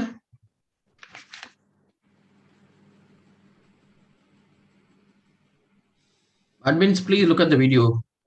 Yeah, it's not. Dr. Murthy? Yeah. Hi, Shiva. Hi. Good morning, everybody. Good morning to all the panelists and to the audience. So we can continue till they set it up. Well, that's fine. That video is over.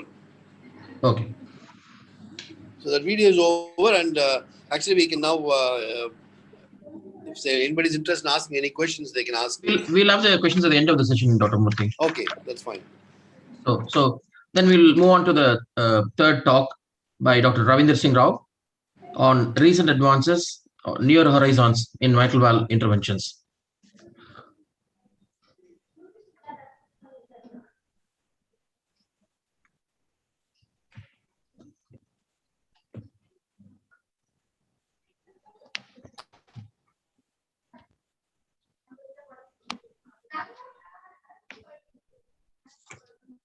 Hello, everyone. At the outset, I would like to thank the AICTS organizers for giving me this opportunity. My talk is on new horizons in mitral valve therapy. I'll focus this on MitraClip alone. That is because this is the only therapy which is available in our country. And the second treatment, which has been already established, is a valve-in-valve. So we all know about MitraClip. MitraClip is a transcatheter mitral valve repair for patients suffering from severe mitral regurgitation. And for the surgical community, it resembles a Alfieri stitch, but the only difference is this is a transcatheter Alfieri stitch, which is being applied without putting the patient on a heart-lung machine and without doing a cardiotomy, and most importantly, assessing the mitral regurgitation at the end of the procedure. This slide clearly shows the anatomy of the mitral valve, anterior mitral leaflet, posterior mitral leaflet, and we need to identify the point or the site of leakage and understand the etiology of mitral regurgitation. Here, to simplify, the device goes from the femoral vein, right atrium, left atrium, and the clip is applied under TE and fluorovision at the point of maximum leakage. So what are the evidence for effectiveness of MitraClip? The maximum data the most effective data was shown in the COAPT trial, which clearly showed there was a significant difference between the hospitalization for heart failure among the control group and the device group with p-wave value of 0.001. Again, freedom from device-related complication was also very good. The most important was mortality advantage. So here you can see the significant mortality advantage in the patients who received MitraClip versus the control group.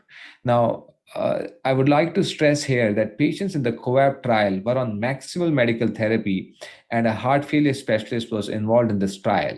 So this was a very rigorous trial, and 1 out of every 3 patients was in fact not enrolled because after undergoing a maximal medical therapy, the MR decreased. So this is a trial which clearly showed that MitraClip, when used in patients despite maximal medical therapy and having moderate to severe MR, there is a mortality benefit. What about patients who are on the list of heart transplant? Very interesting here, MitraClip was evaluated in secondary mitral regurgitation as a bridge to heart transplant. And this is the data from 1-year outcome from International MitraBridge Registry. I'd like to draw your attention that patients who are on heart transplant list and underwent mitral clip, 27 patients did not require heart transplant. Now that's a huge number, and I think it's going to be more important in our Indian scenario because a lot of young patients who would have suffered a young MI with severe LV dysfunction and severe mitral regurgitation, they are either awaiting heart transplant or an LVAD. So if mitral clip therapy is offered to such 100 patients, almost 20 to 25 patients will not require a heart transplant, and that is on top of maximal medical therapy. Now, the third entity which we see is patients who have chronic atrial fibrillation and mitral regurgitation. Does mitral clip work in such patients? Again, this is the data which shows that patients who have mitral regurgitation due to chronic atrial fibrillation, and that is because of the annular dilatation and atrial dilatation, mitral clip offers significant advantage in terms of death and heart failure hospitalization compared to patients who do not receive device with p-value of 0.001. So here it has clearly shown that mitral clip for functional mitral regurgitation improves the symptoms, prevents hospitalization, and most importantly, if the patient is followed or enrolled as per the COAP trial into the therapy, it also prevents death. And selected patients, it also prevents heart transplantation. So there are two trials. One was MITRA-FR and COAP. MITRA-FR was a equivocal or a negative trial, but a COAP trial was a positive trial. And this helps us to understand the difference between these two trials, and especially the difference was in the subset of patients. So if you see, the mitral regurgitation was more severe in patients who had COAP trial, but the LV dimensions were within 70 mm. So LV end systolic dimension was within 70 mm in patients who were enrolled in the COAP trial. Now, this tells us that if a patient is being offered mitral clip and LV is huge, enlarged with RV dysfunction, then probably the patient is so much advanced that it is unlikely that such a patient would regress back. Now, there's another question which comes to the mind, what happens to the mitral valve gradient? So one of the inclusion criteria or enrollment criteria for a mitral clip procedure is baseline mitral valve area should be at least more than 4.5 or 5 centimeters square. Now, at the end of the procedure, higher the gradient, poorer the outcome. So when we are deploying a procedure, when we are deploying and completing the mitral clip procedure, one important endpoint is the residual gradient. So the as clearly shows that the residual gradient is more than 7. There's a high mortality. So we would accept any gradient which is less than 5, and we would not apply a clip for a patient who has gradients more than 5 millimeters. So now let us look at some of the examples. Here's a 72-year-old patient, post-CABG, post-AICD, NYHA class 3, CKD, maximal medical therapy, and severe mitral regurgitation. The most important thing for mitral clip procedures is we need to understand the etiology and the pathology of the mitral regurgitation. Now, these are TE pictures. I'm not going to go into detail, but we need to understand what is A1P1, what is A2P2, and what is A3P3. And surgeons routinely do that when they are doing mitral valve surgery. And then the other important thing is the transesophageal echo doctor or the cardiologist and the intervention cardiologist, they should speak the same language. So here is an example of a severe mitral regurgitation with a wide jet in a bicommissural view, which clearly shows it's a functional mitral regurgitation. And this is an LVOT view where the A2P2 segment has severe mitral regurgitation. Now, this is a 3D picture which shows the mitral valve area is 5 centimeters square. The transeptal puncture location is very important. It is TE guided, and it is almost in the posterior part of the interventricular interatrial fossa or fossa ovalis. So we are mid and posterior, and the height from the mitral annular plane should be around 4 centimeters square. So here you can see a 24 French guide catheter is advanced into the left atrium. The mitral clip is opened in the left atrium. These are certain technical things. And once the arm is advanced into the left ventricle underneath the mitral valve leaflet, and once the proper grasping is documented, the mitral clip is cinched. And here you can see the 3D which showed the mitral clip at the A2P2, and you're converting a single orifice into a double orifice, but the mean gradient was only 2 millimeters of mercury. The mitral clip is released. And this is the final gradient, mean gradient of 3 millimeters of mercury with no significant mitral regurgitation. So that's very important, because if you're doing a functional mitral regurgitation, the mitral regurgitation at the end of the procedure should come down to minimum by 2 grades. And this is the follow-up echo. And the patient was almost 1 year post-mitral clip, never had any heart failure hospitalization. Now, this is again another entity which we encounter in our clinical practice: presence of mitral annular calcification, elderly patient, degenerative mitral regurgitation, A2P2 prolapse, NYJ class 3, and sinus rhythm. So patients who have degenerative MR, if they are low risk of surgery, they should still undergo a mitral valve repair surgery. But such patients who are octogenarian and degenerative mitral regurgitation and high risk for surgery, mitral clip is a good treatment. So again, a T-guided septal puncture, understanding the anatomy of the mitral regurgitation. Here you can see in the lower pictures, severe mitral regurgitation with the prolapse segment. A 24 French guide is inserted and the mitral clip is opened. And here you can see how the mitral clip is deployed underneath the valve, grasping the anterior mitral leaflet and the posterior mitral leaflet, cinching. The mean gradient is 2 millimeters of mercury, and the mitral regurgitation reduces to 1+. So even in such patients who have mitral valve prolapse, octogenarian, mitral annular calcification, if the mitral clip can be safely done. And here you can see how the clip looks like on fluoroscopy and holding on to both anterior and mitral, posterior mitral leaflet.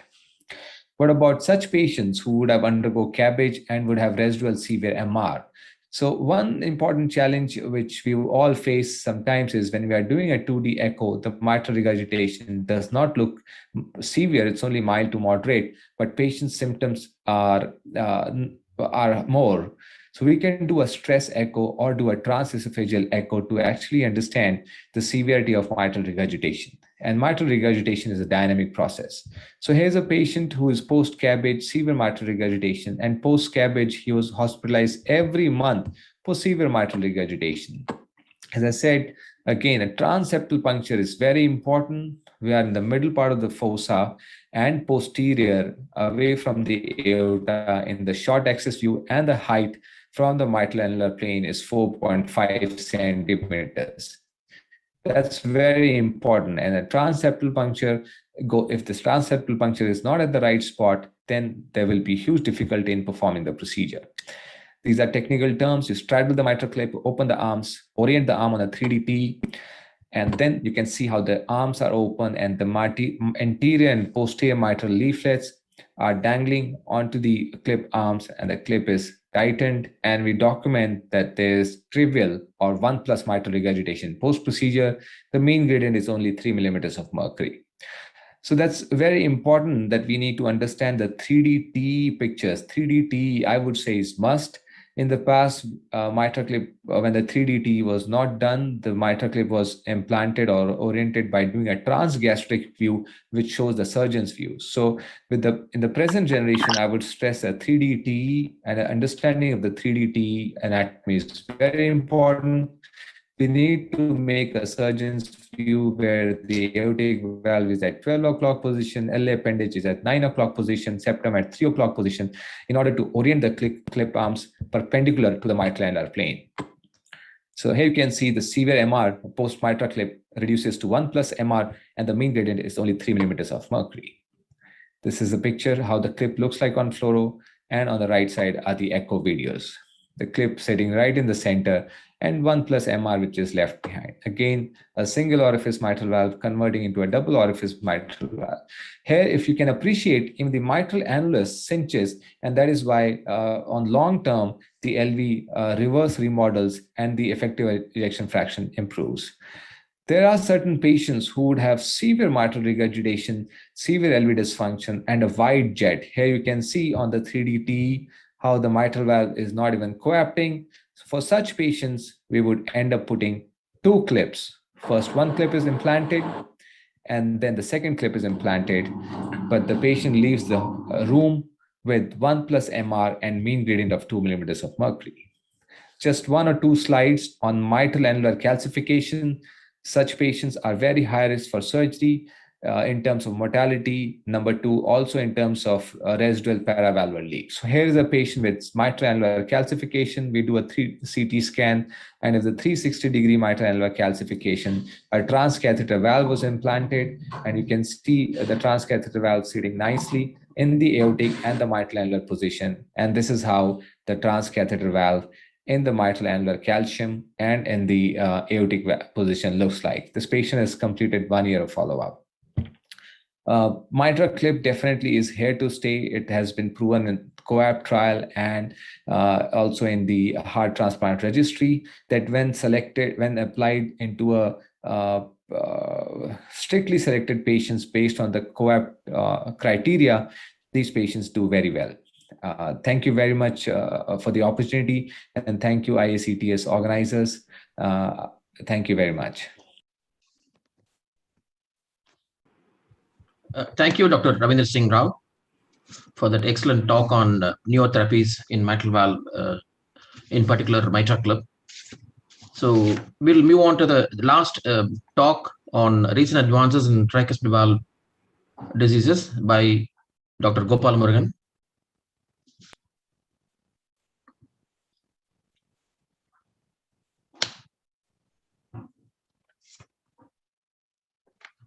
Hello and good evening to everyone. I'm grateful to Dr. Anbarasu and Dr. Shiva, senior cardiac surgeons, for giving me this opportunity, and I'm honored to be in this platform.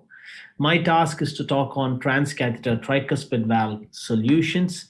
I will only talk on technologies that have been used in India, currently available in India, and are due to be available. I will not talk on any research methods that have not been proven to be effective thus far. So we will only talk on practical transcatheter solutions. So if a patient has symptomatic tricuspid valve dysfunction, the transcatheter options are few. That depends on what the anatomy that they have that's become dysfunctional. One option is a tricuspid valve-in-valve implantation. It can be a valve-in-valve or a valve-in-ring, i.e. you can implant a TAVI valve into a previously dysfunctional tricuspid valve bioprosthesis, or perhaps a tricuspid valve complete ring. Therefore, you need this landing zone for you to put a TAVI valve in. And that is only for patients who have a dysfunctional previous tricuspid valve repair or a dysfunctional bioprosthetic tricuspid valve. In the absence of these two, there is no landing zone, so therefore you cannot put a TAVI valve, i.e. a transcatheter valve, into the tricuspid position. Heterotropic tricuspid valve, this is an option which I will go through very briefly.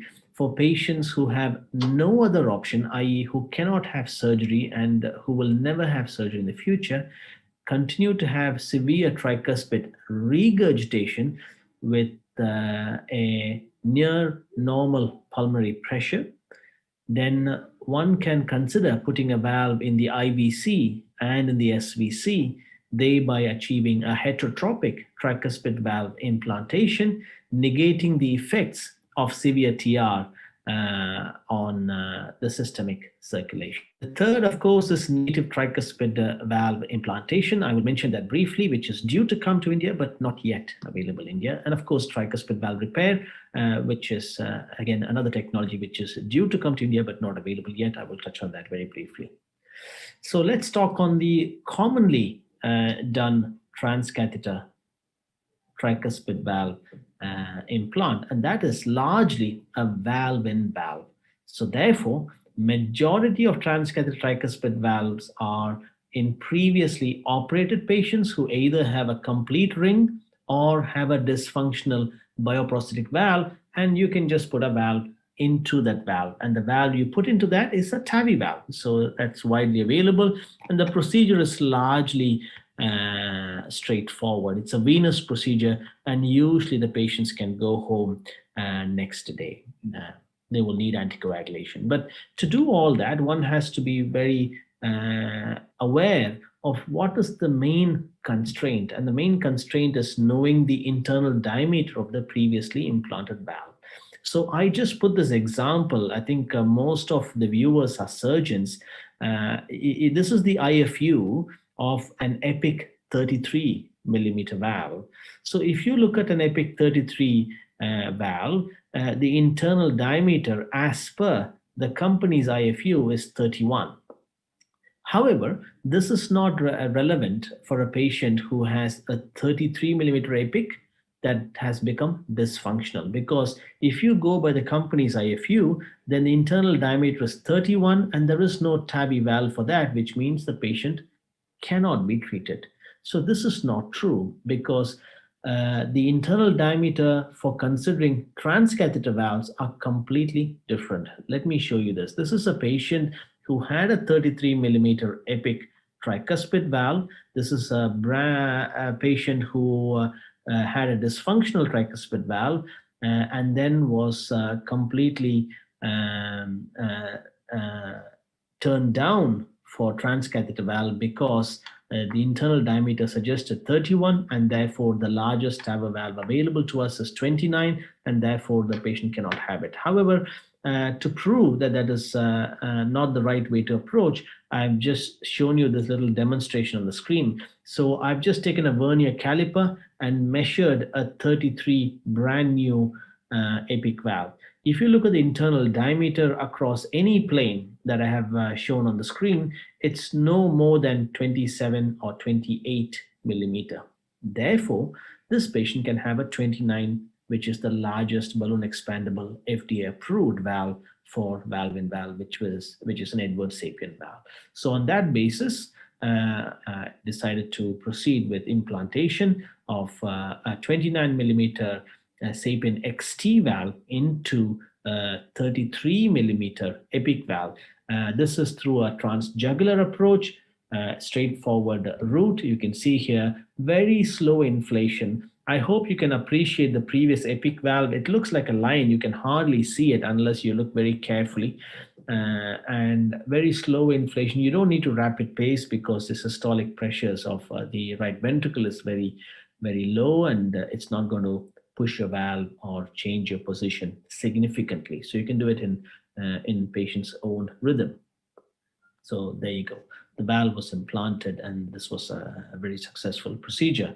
And this was one of the very early tricuspid valves that was done and published. And this publication was more to demonstrate the value of knowing the true effective internal diameter of bioprosthetic valves to consider such treatments, which is a valve-in-valve tricuspid valve implantation.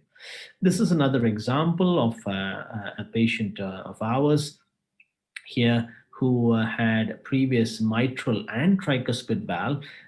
This picture I've just put on the screen here just to demonstrate. On the left is the right atrium, on the right is the left atrium. The patient has an iatrogenic ASD, but you can see here the shunt is from right to left, suggesting the right atrial pressures are high. This is just a functional effect that I want to show on an echo image.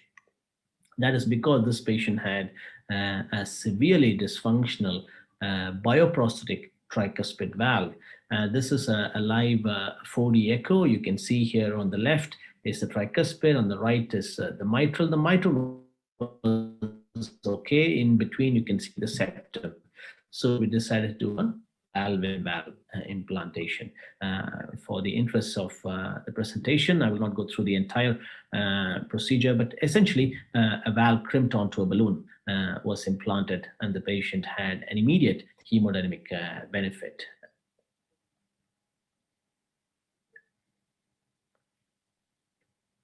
And that's what a valve-in-valve looks like at the end.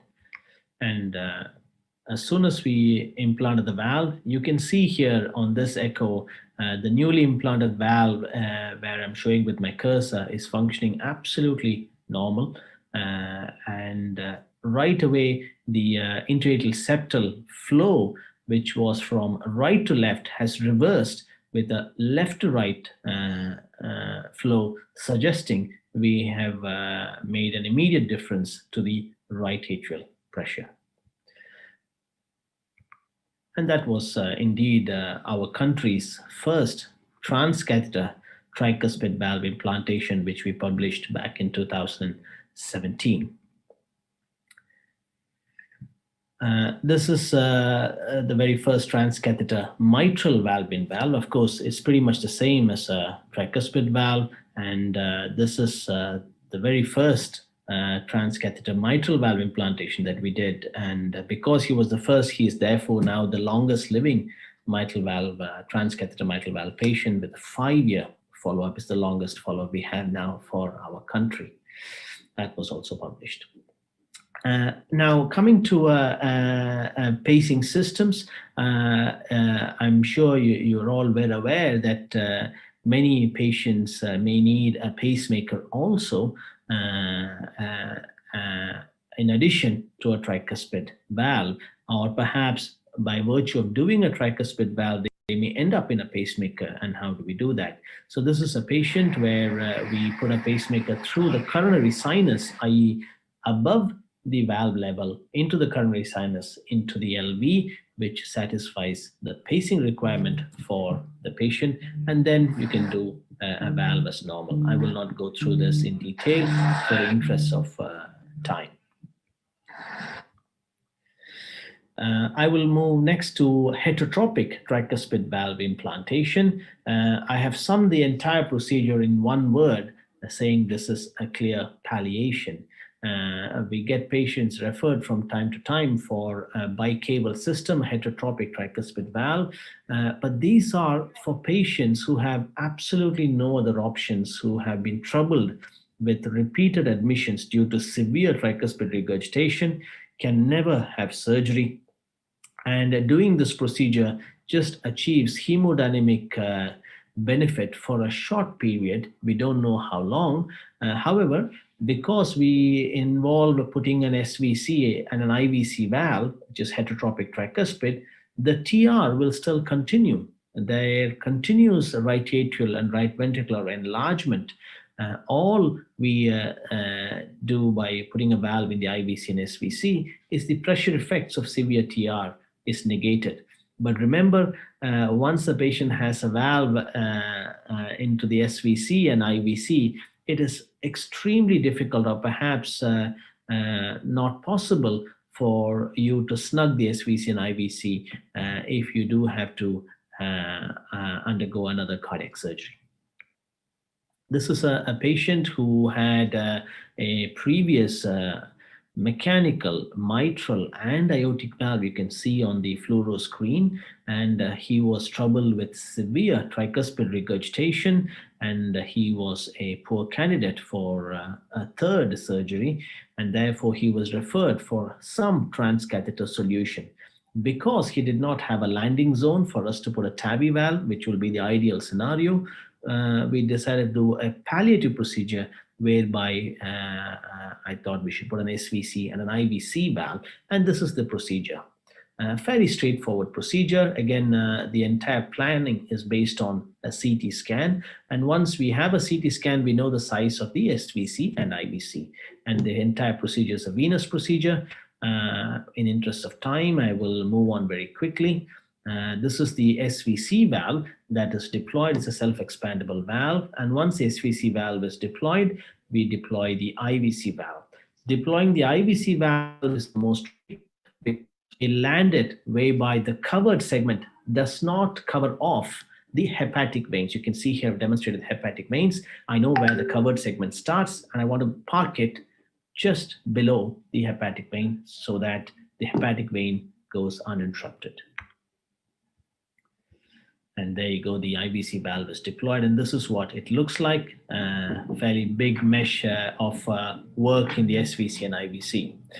This is just to show the immediate hemodynamic benefit. You can see here before the procedure, the IVC pressure was 30 by 43 with a mean of 35. And as soon as we put the valve in, the pressure trace goes off to a mean of 26. And this is just a pullback from the RA into the IVC, showing the difference in pressure.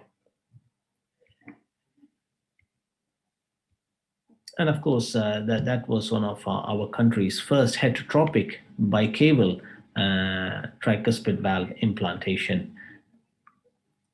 These are the two technologies where I just wanted to show you that are available, but yet not in India, but will be available very soon. This is native tricuspid valve repair, whereby a clipping device is used to clip the tricuspid valve leaflets, negating the tricuspid regurg. This is the Pascal system. This is not a mitral clip.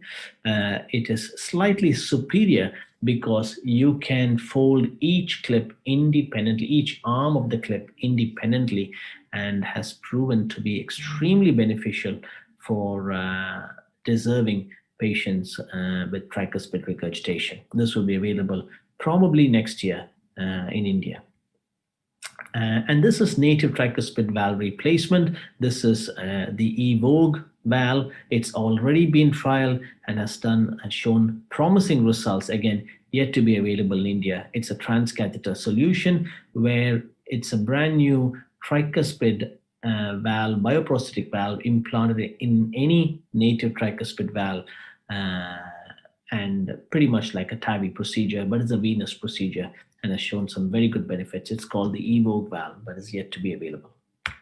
With that, I shall end my presentation and I'll be open to take any questions. Thank you. Thank you, Dr. Gopalamurugan. It was really fascinating to watch those gadgets and the way you play with those gadgets for tricuspid valve diseases.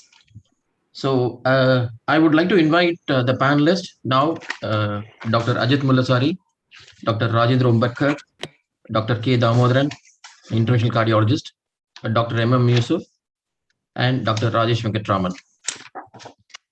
And Dr. Ajit Mullasari will be joining a little late for the discussion.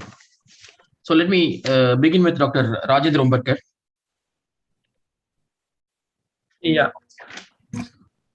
So we'll start from, for the benefit of younger surgeons, what is your, as a senior surgeon, and you, what is your advice for the younger surgeons who would like to take up minimally invasive mix and practice? Yeah, Dr. Shiva. Innovations are welcome. We should look always to the future.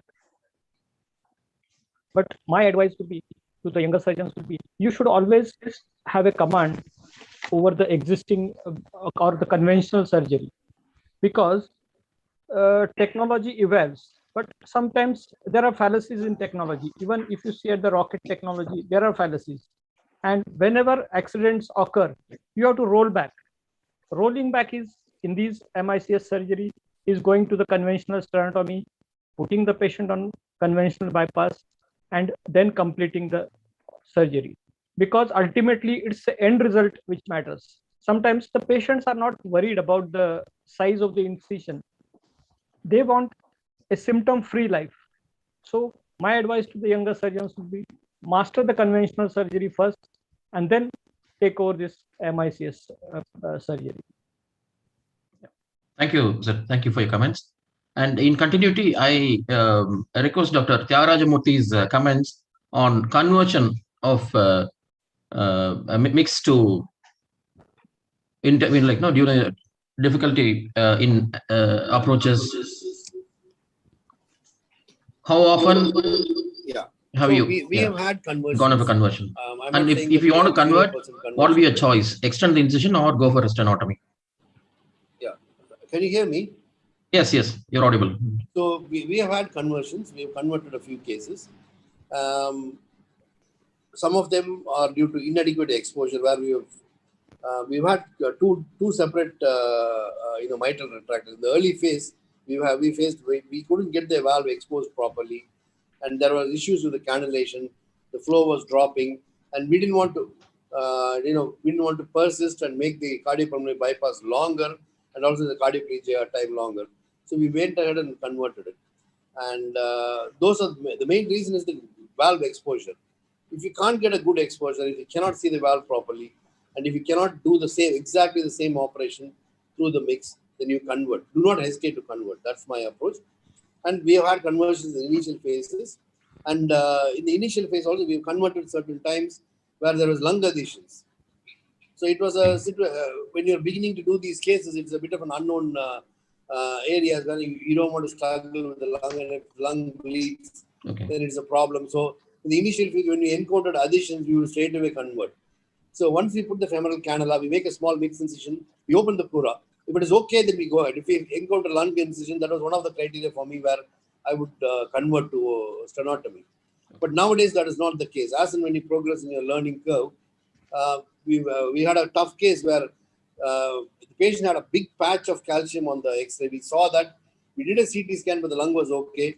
We did the mix incision, and in between the ribs, we cut that calcium. We took the entire plaque off the chest wall, and then we brought the lung down and then exposed the pericardium. It was a very grateful thing. So, apart from a cannulation issue, sometimes the femoral artery in women especially are very small. Even if you put the smallest cannula, your flow may not be adequate.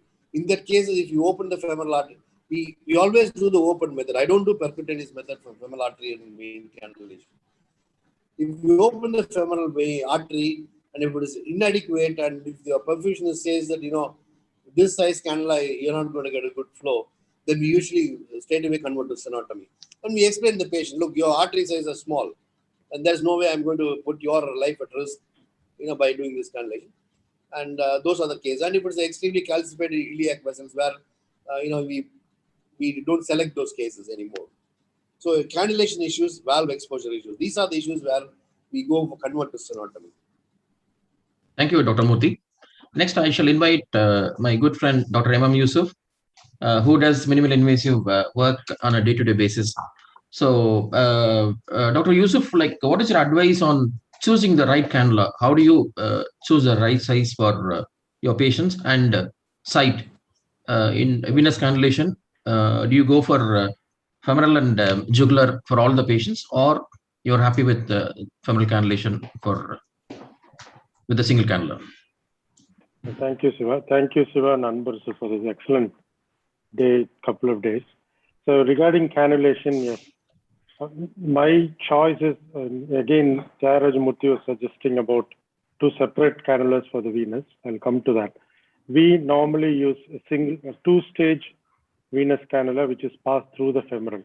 So the way we do it, first we expose the femoral and then go to the chest, make sure there are no adhesions, as Murthy has already said, and then come back and cannulate. So I tend to do the arterial first, and we are dealing with a lot of small patients as opposed to big patients in the Western world. So usually 18 French cannula is pretty much good for most people. So if we measure, we tend to do a CT if the patients are very small or too big, or they have peripheral vascular disease. CT, non-contrast CT, which is simple, doesn't cause any problems with dye, and also it's very cheap. But we don't routinely do CT nowadays. If in doubt, we do an ultrasound, because with TAVI, our anesthetists are quite comfortable assessing the femoral artery size. If it's more than 5.5 millimeters, it's ×3. So we can put an 18 French cannula comfortably. Seldinger technique, we don't use open technique, Seldinger technique.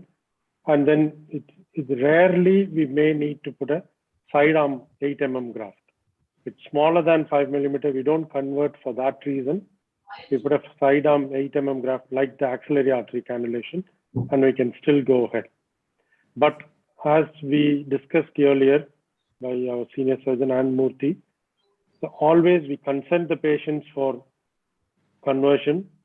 And there is, even in best hands, there is a 1 to 2% risk of conversion. So as Dr. Hugo Vanneman, who I trained under, always says, immediate safety and long-term outcome should not be compromised by our access. So that's something we always keep in mind. So that's about femoral access. Venous, we tend to put a small cannula into the internal jugular. We always leave it, but rarely have used it. In ASD, for robotic ASD, we put 2 separate cannulas. In most other patients, almost every patient nowadays, we use this 2-stage femoral. There are newer cannulas, Murthy, and others, which has multiple holes. So the drainage is excellent with those. The old cannulas were in 2 different sizes. Now 21, 23 is adequate for most patients, and placing them right with bicable view during TE is very important. So selecting a technique, TE guidance is very important in aortic cannulation as well as venous cannulation. For aortic cannulation, we ask them to show the short axis view of the descending aorta. Make sure we see the guide wire going in and then pass the cannula through that with dilators. For venous access, see the bicable view, see the guide wire into the SVC. And now with 3D, we can see everything as we would see within the heart. So put the 3D vision on the TE, and pass the guide wire and then the cannula through.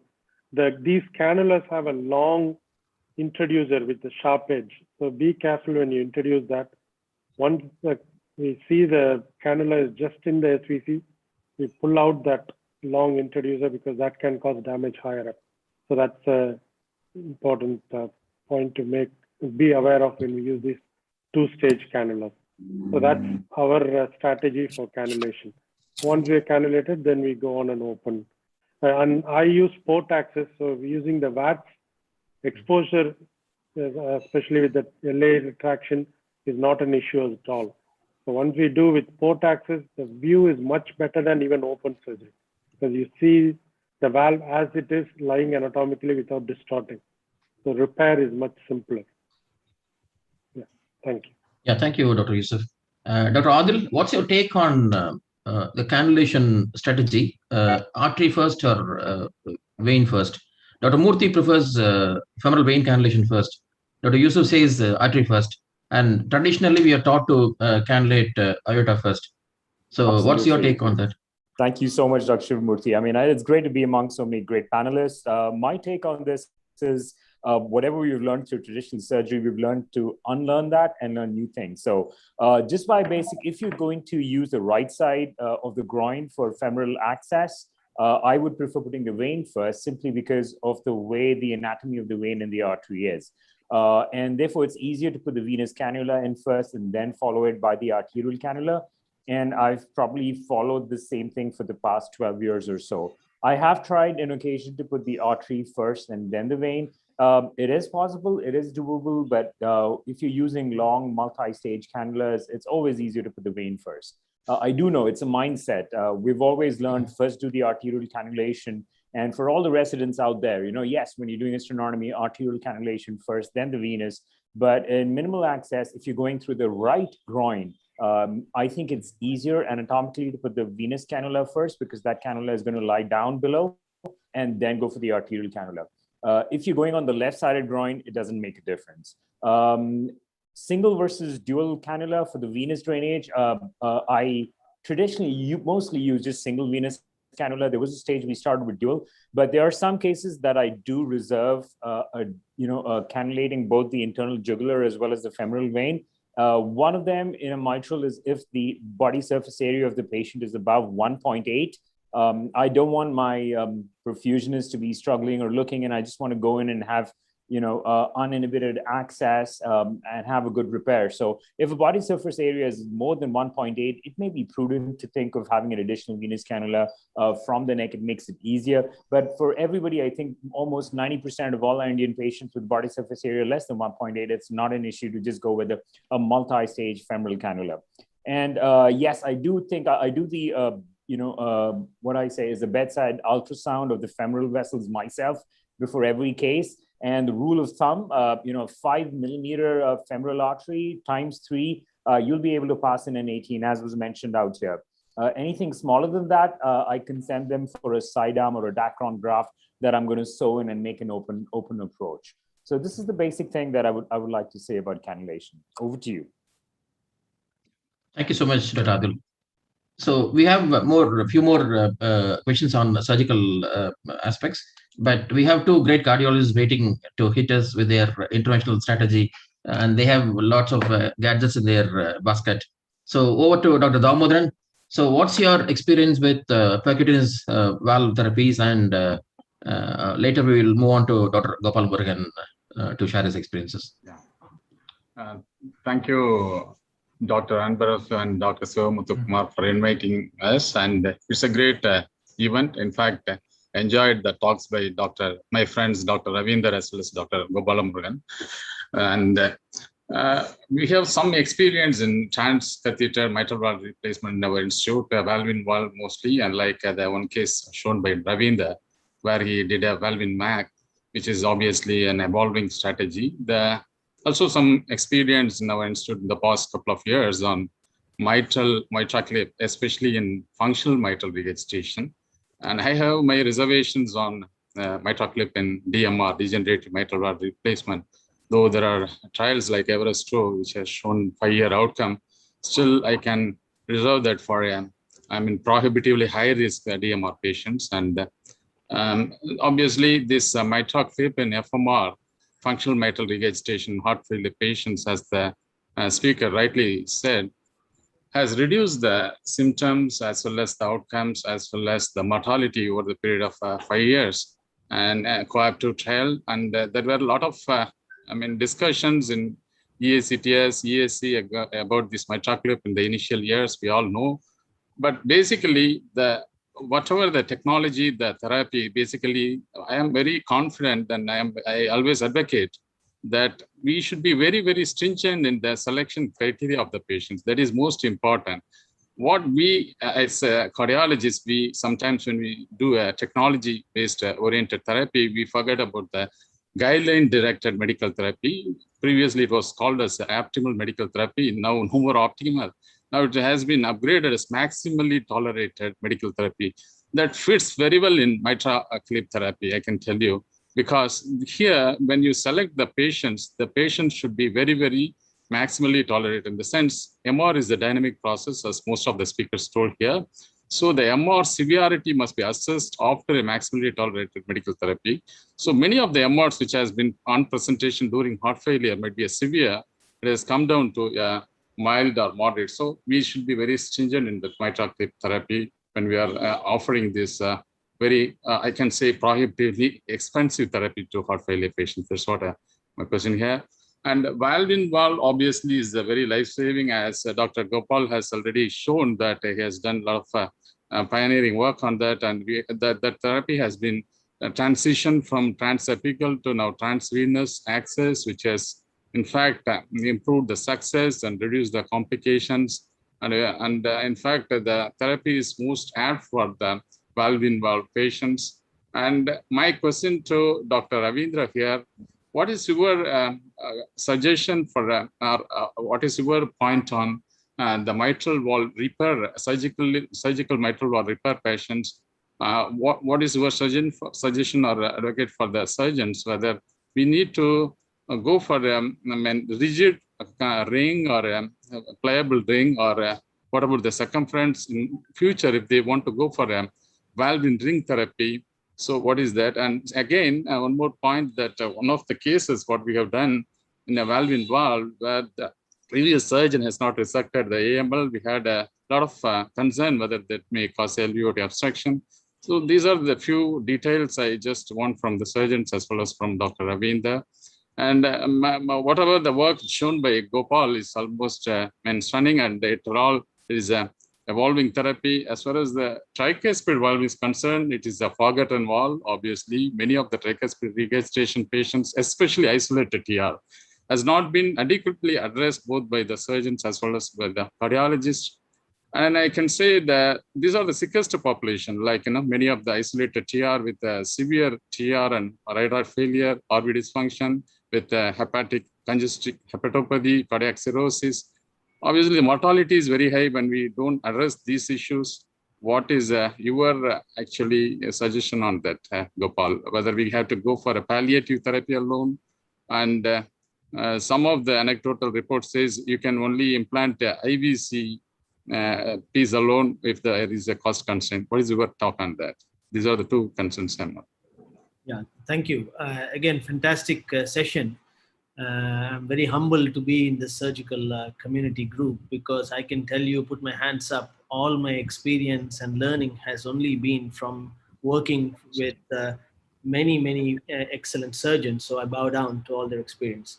So coming back to the whole technology world, I think it's evolving. I can remember, back in 2008 when we started TAVR, we had a lot of deaths. Almost everybody died. I should be honest with that. In fact, our TAVI team were called the death doctors. If you have a TAVR there, it was guaranteed we were going to have a death. And I have to accept that. And because the patients that were referred to were pretty much patients no surgeon would touch. These are prohibitive risk, i.e. dying in pulmonary edema, who had no other option. They would put them through this experimental therapy. And then we pick up the pieces as enthusiasts wanting to do TAVR, and invariably they die because technology was very crude, and these were mother of all sheets, 29, 30 outer diameter, and we didn't know how to do it. That is also has to be accepted. But now things have changed. It is extremely hard to have somebody die from a TAVR now. I can tell you that in the last 5-6 years, I can also say now that I can't remember the last time I had a patient on table death because of TAVR. It just doesn't happen. And this pretty much compares to open heart surgery too. If you look back, open heart surgery, 40, 50 years ago, huge mortality. Now it is almost unheard of that you have a death from a bypass, straightforward bypass. It's so successful surgery. So I think it's evolution. It's important we keep an open mind and be prepared to say we don't know when we don't know, and just accept and always do the best. Again, technologies, there are so many technologies companies come up with all sorts of funny evidence. It is very important we as clinicians be at the forefront and say no when we have to say no. I think if we do what we would do for our parents to all patients, we will generate a lot of respect for our community. But coming to your question now, of things like mitral clip and bicaval valves, these are palliations. Let us be very clear. If somebody can have a good mitral surgery, have a definitive mitral valve replacement, then that should be the best option. And they can always have a valve in, valve later. I wouldn't put anybody through a mitral clip or a bicaval system if they have the slightest chance of coming out from a good surgery. And bicaval, as I already said, it's palliation. It is a last resort. The TR is not going to stop. They will continue. These two bicaval valves, you have to leave the patient on strong anticoagulants because they're highly thrombotic. And it's only preventing long-term hospital admissions. And then the selection process, which you said very correctly, Dr. Damodar, is so important. A lot of patients get referred for bicaval, but in fact they can't, because you need to have almost near normal pressure or PA pressure less than 40-50. And that's a small minority. Number two, they should be patients who continue to have normal liver function. Most of the time, by the time they're referred, they get cirrhotic livers due to congestion, and their albumin is only 1 or 2. So even if you put a bicaval valve, negate the pressure effect, the oncotic effect still continues, and they have a poor outcome. So I think a lot of therapies are still evolving. They are only for palliation, except TAVR, of course, extremely successful. Nowadays, I don't even assess risk because there is no need to assess risk. You only need to assess anatomy, because across all risk categories, it's good. It's good. As long as somebody needs a bioprosthetic valve, they can have a TAVR.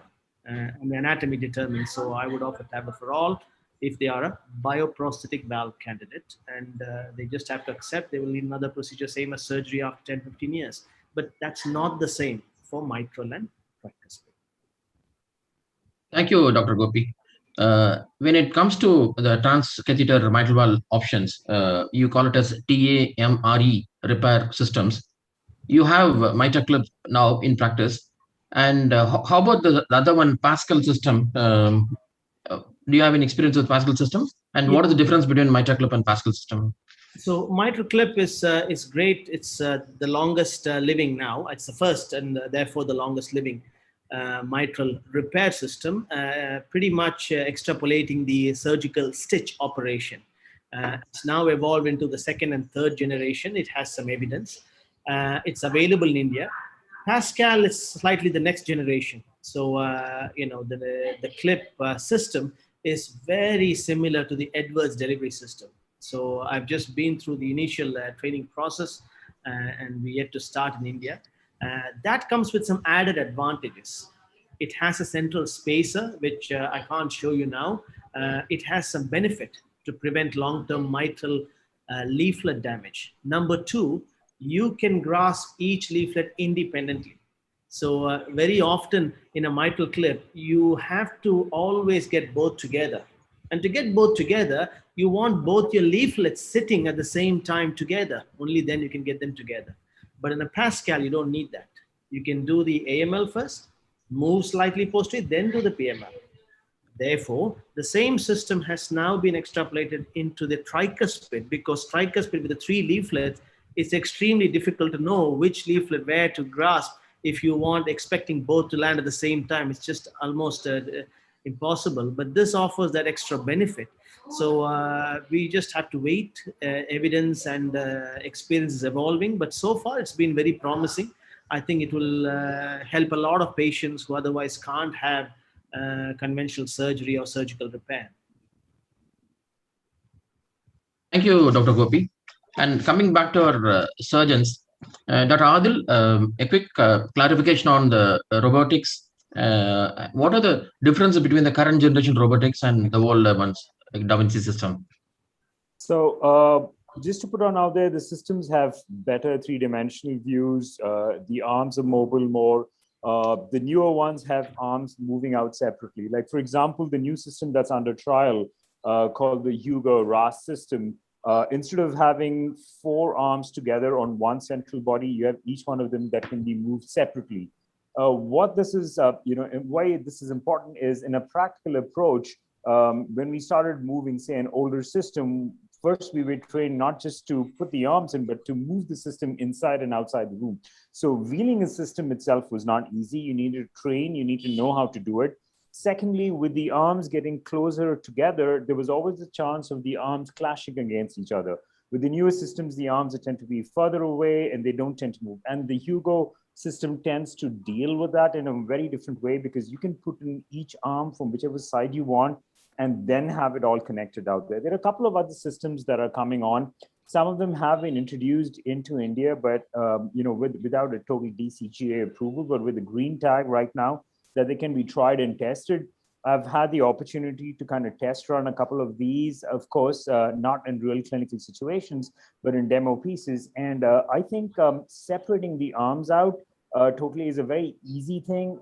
It reduces the expense. It makes the technology easier. It makes it easier to use it inside the operating room and then even shuffle it around the patient. So I think that's the way to go. I think every generation has newer and newer forms. Even the Da Vinci system themselves have a new robot called the RP robot. And this one, again, is a single standalone arm robot. And very soon plans are on to incorporate that into cardiac and urological as well as gynecological surgery. So now it's limited to a few options, but I think going forward, it's going to get easier and easier. I mean, the analogy that I like to draw is, remember the time when you had a DJI Phantom drone? And if you needed to fly a drone, you need to be a real expert at flying and controlling it. Now you don't. Now everything is hover and standby technology. The same thing is happening with robotics as well. It gets easier and easier to do thanks to the technology. Many people often ask me, is it more difficult to do endoscopic guided mitral repair than a robotic mitral repair? And my answer is, if the setup is left alone, I think, I'm sure Dr. Yusuf will also agree, the amount of dexterity and freedom that you have and the depth perception that you have with the 3D vision or robotic system is easier than doing endoscopically. Thank you, Dr. Adil. And we're going to conclude the session for want of time. Can I just add one thing to the robotic, because I really wanted to say on that. As Adil said, the newer technologies are coming up. Hugo, we have got it here as well. It's like 3D vision, not looking into a console. That's one advantage. But the XI, Da Vinci, they're coming up with a newer one with single port, but with with the arms coming out like tentacles, which will make it a lot easier without collision of the arms and that's going to make a huge difference. So this is the way to go. It's much easier than the 2D vision port access repairs for mitral as well as for CABGs. Now we have done almost 100 procedures in our center, predominantly CABG, and with ASDs and mitral as well. Repair is much easier. It's like you sitting inside the LV and looking around. So that's, and the dexterity, as already shown by Adil. That's something younger surgeons should be looking up to. Yes, learning curve and cost is a challenge, but I think with time, like any other technology, like TAVI, as Gopal Murugan said, it's moved a long way. And as Gopi said, open CABG straightforward nowadays. There's hardly any mortality. Good. And now I can tell you, Gopi, we have moved on to robotic as well, where patients go home in 48 to 70 or 2 hours with the same advantages with less mortality. And we have done few patients with Dr. Damodaran hybrids as well, quite a few. Thanks. Thank you, Dr. Yusuf. And the last question to Dr. Rajesh. Briefly, Rajesh, what is your advice on case selection for mixed mitral for youngsters? In few words. Thank you for the excellent talks. Really enjoyed the talks. I mean, for youngsters, it is important that they have a setup, have a proper understanding with the team, because it is a team concept. It's not only the surgeon who needs to be comfortable. Your anesthetist needs to be well versed with TE. Your perfusionist should be comfortable. And as a surgeon, it's your responsibility to make sure that the first few patients go smoothly. It's important to select the patient, preferably a male patient, not too obese, and make sure that they don't have any lung pathology. Have a good look at their X-ray and if necessary a CT scan, make sure they don't have any lung additions. And it's important to select the proper anatomy also, proper pathology as well as anatomy. Make sure it is a regurgitant lesion, not a very complex pathology, which might need a longer time to do the procedure. And you have a clear-cut plan as to what you want to do in the patient, and good sized LA, not too small or not too large, and preferably a patient without any ventricular dysfunction or a pulmonary hypertension. And as you keep doing more and more patients, you can add more complexity of patients as well as the pathology. Thank you, Dr. Rajesh. And that comes to in our fascinating session on recent advances. I thank the speakers and the panelists for accepting our request to be part of this program. Thank you once again. Thanks. Thank you so much. Thank you. So now we'll have the validatory function, and I hand over to our beloved secretary, Dr. C.S. Raman.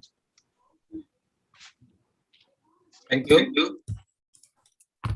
Outlet, let me thank Dr. Mohan Anbarasu and the entire team members, Dr. Muthukumar and other team members for conducting this 2 days midterm CME and the GBM, and with very good response across most of the members and the residents.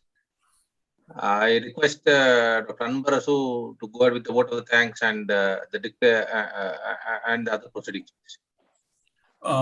Thank you, sir. Thank you very much. Before we go for the vote of thanks, shall I request Dr. Iyer to announce the winners of the quiz for this session?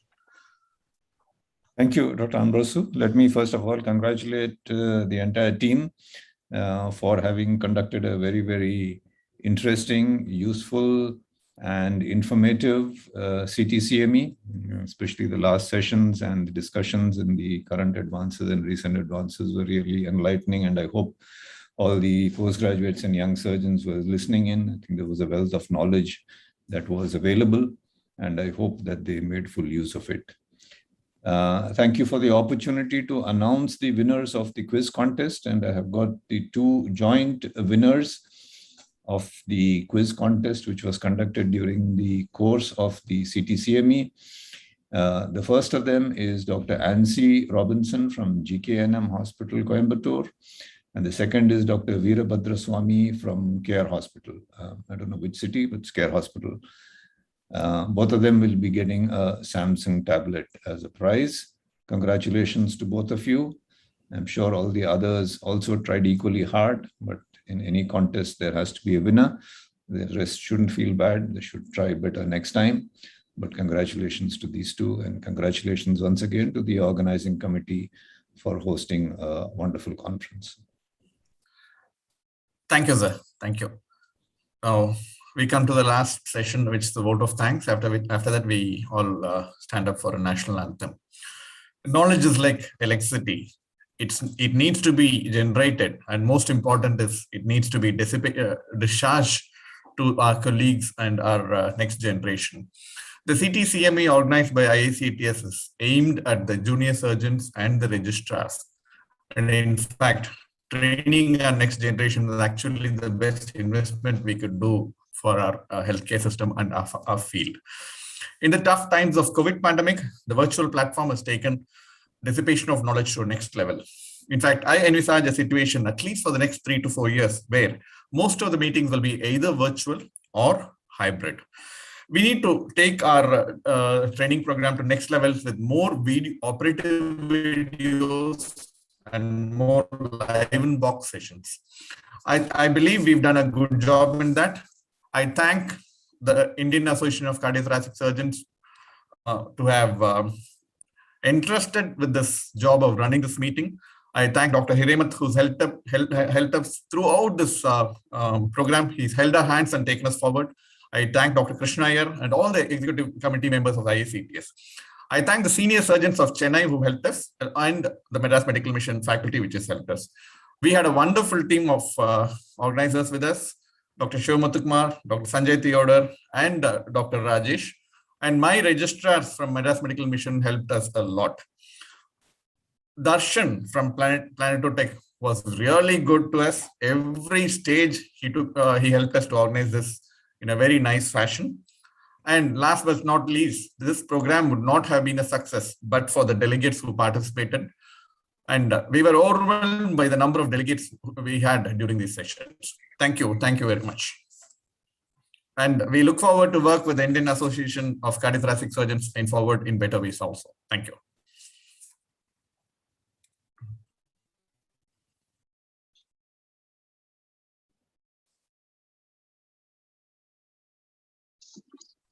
Is Darshan there for the national anthem? Yeah, he's got to play.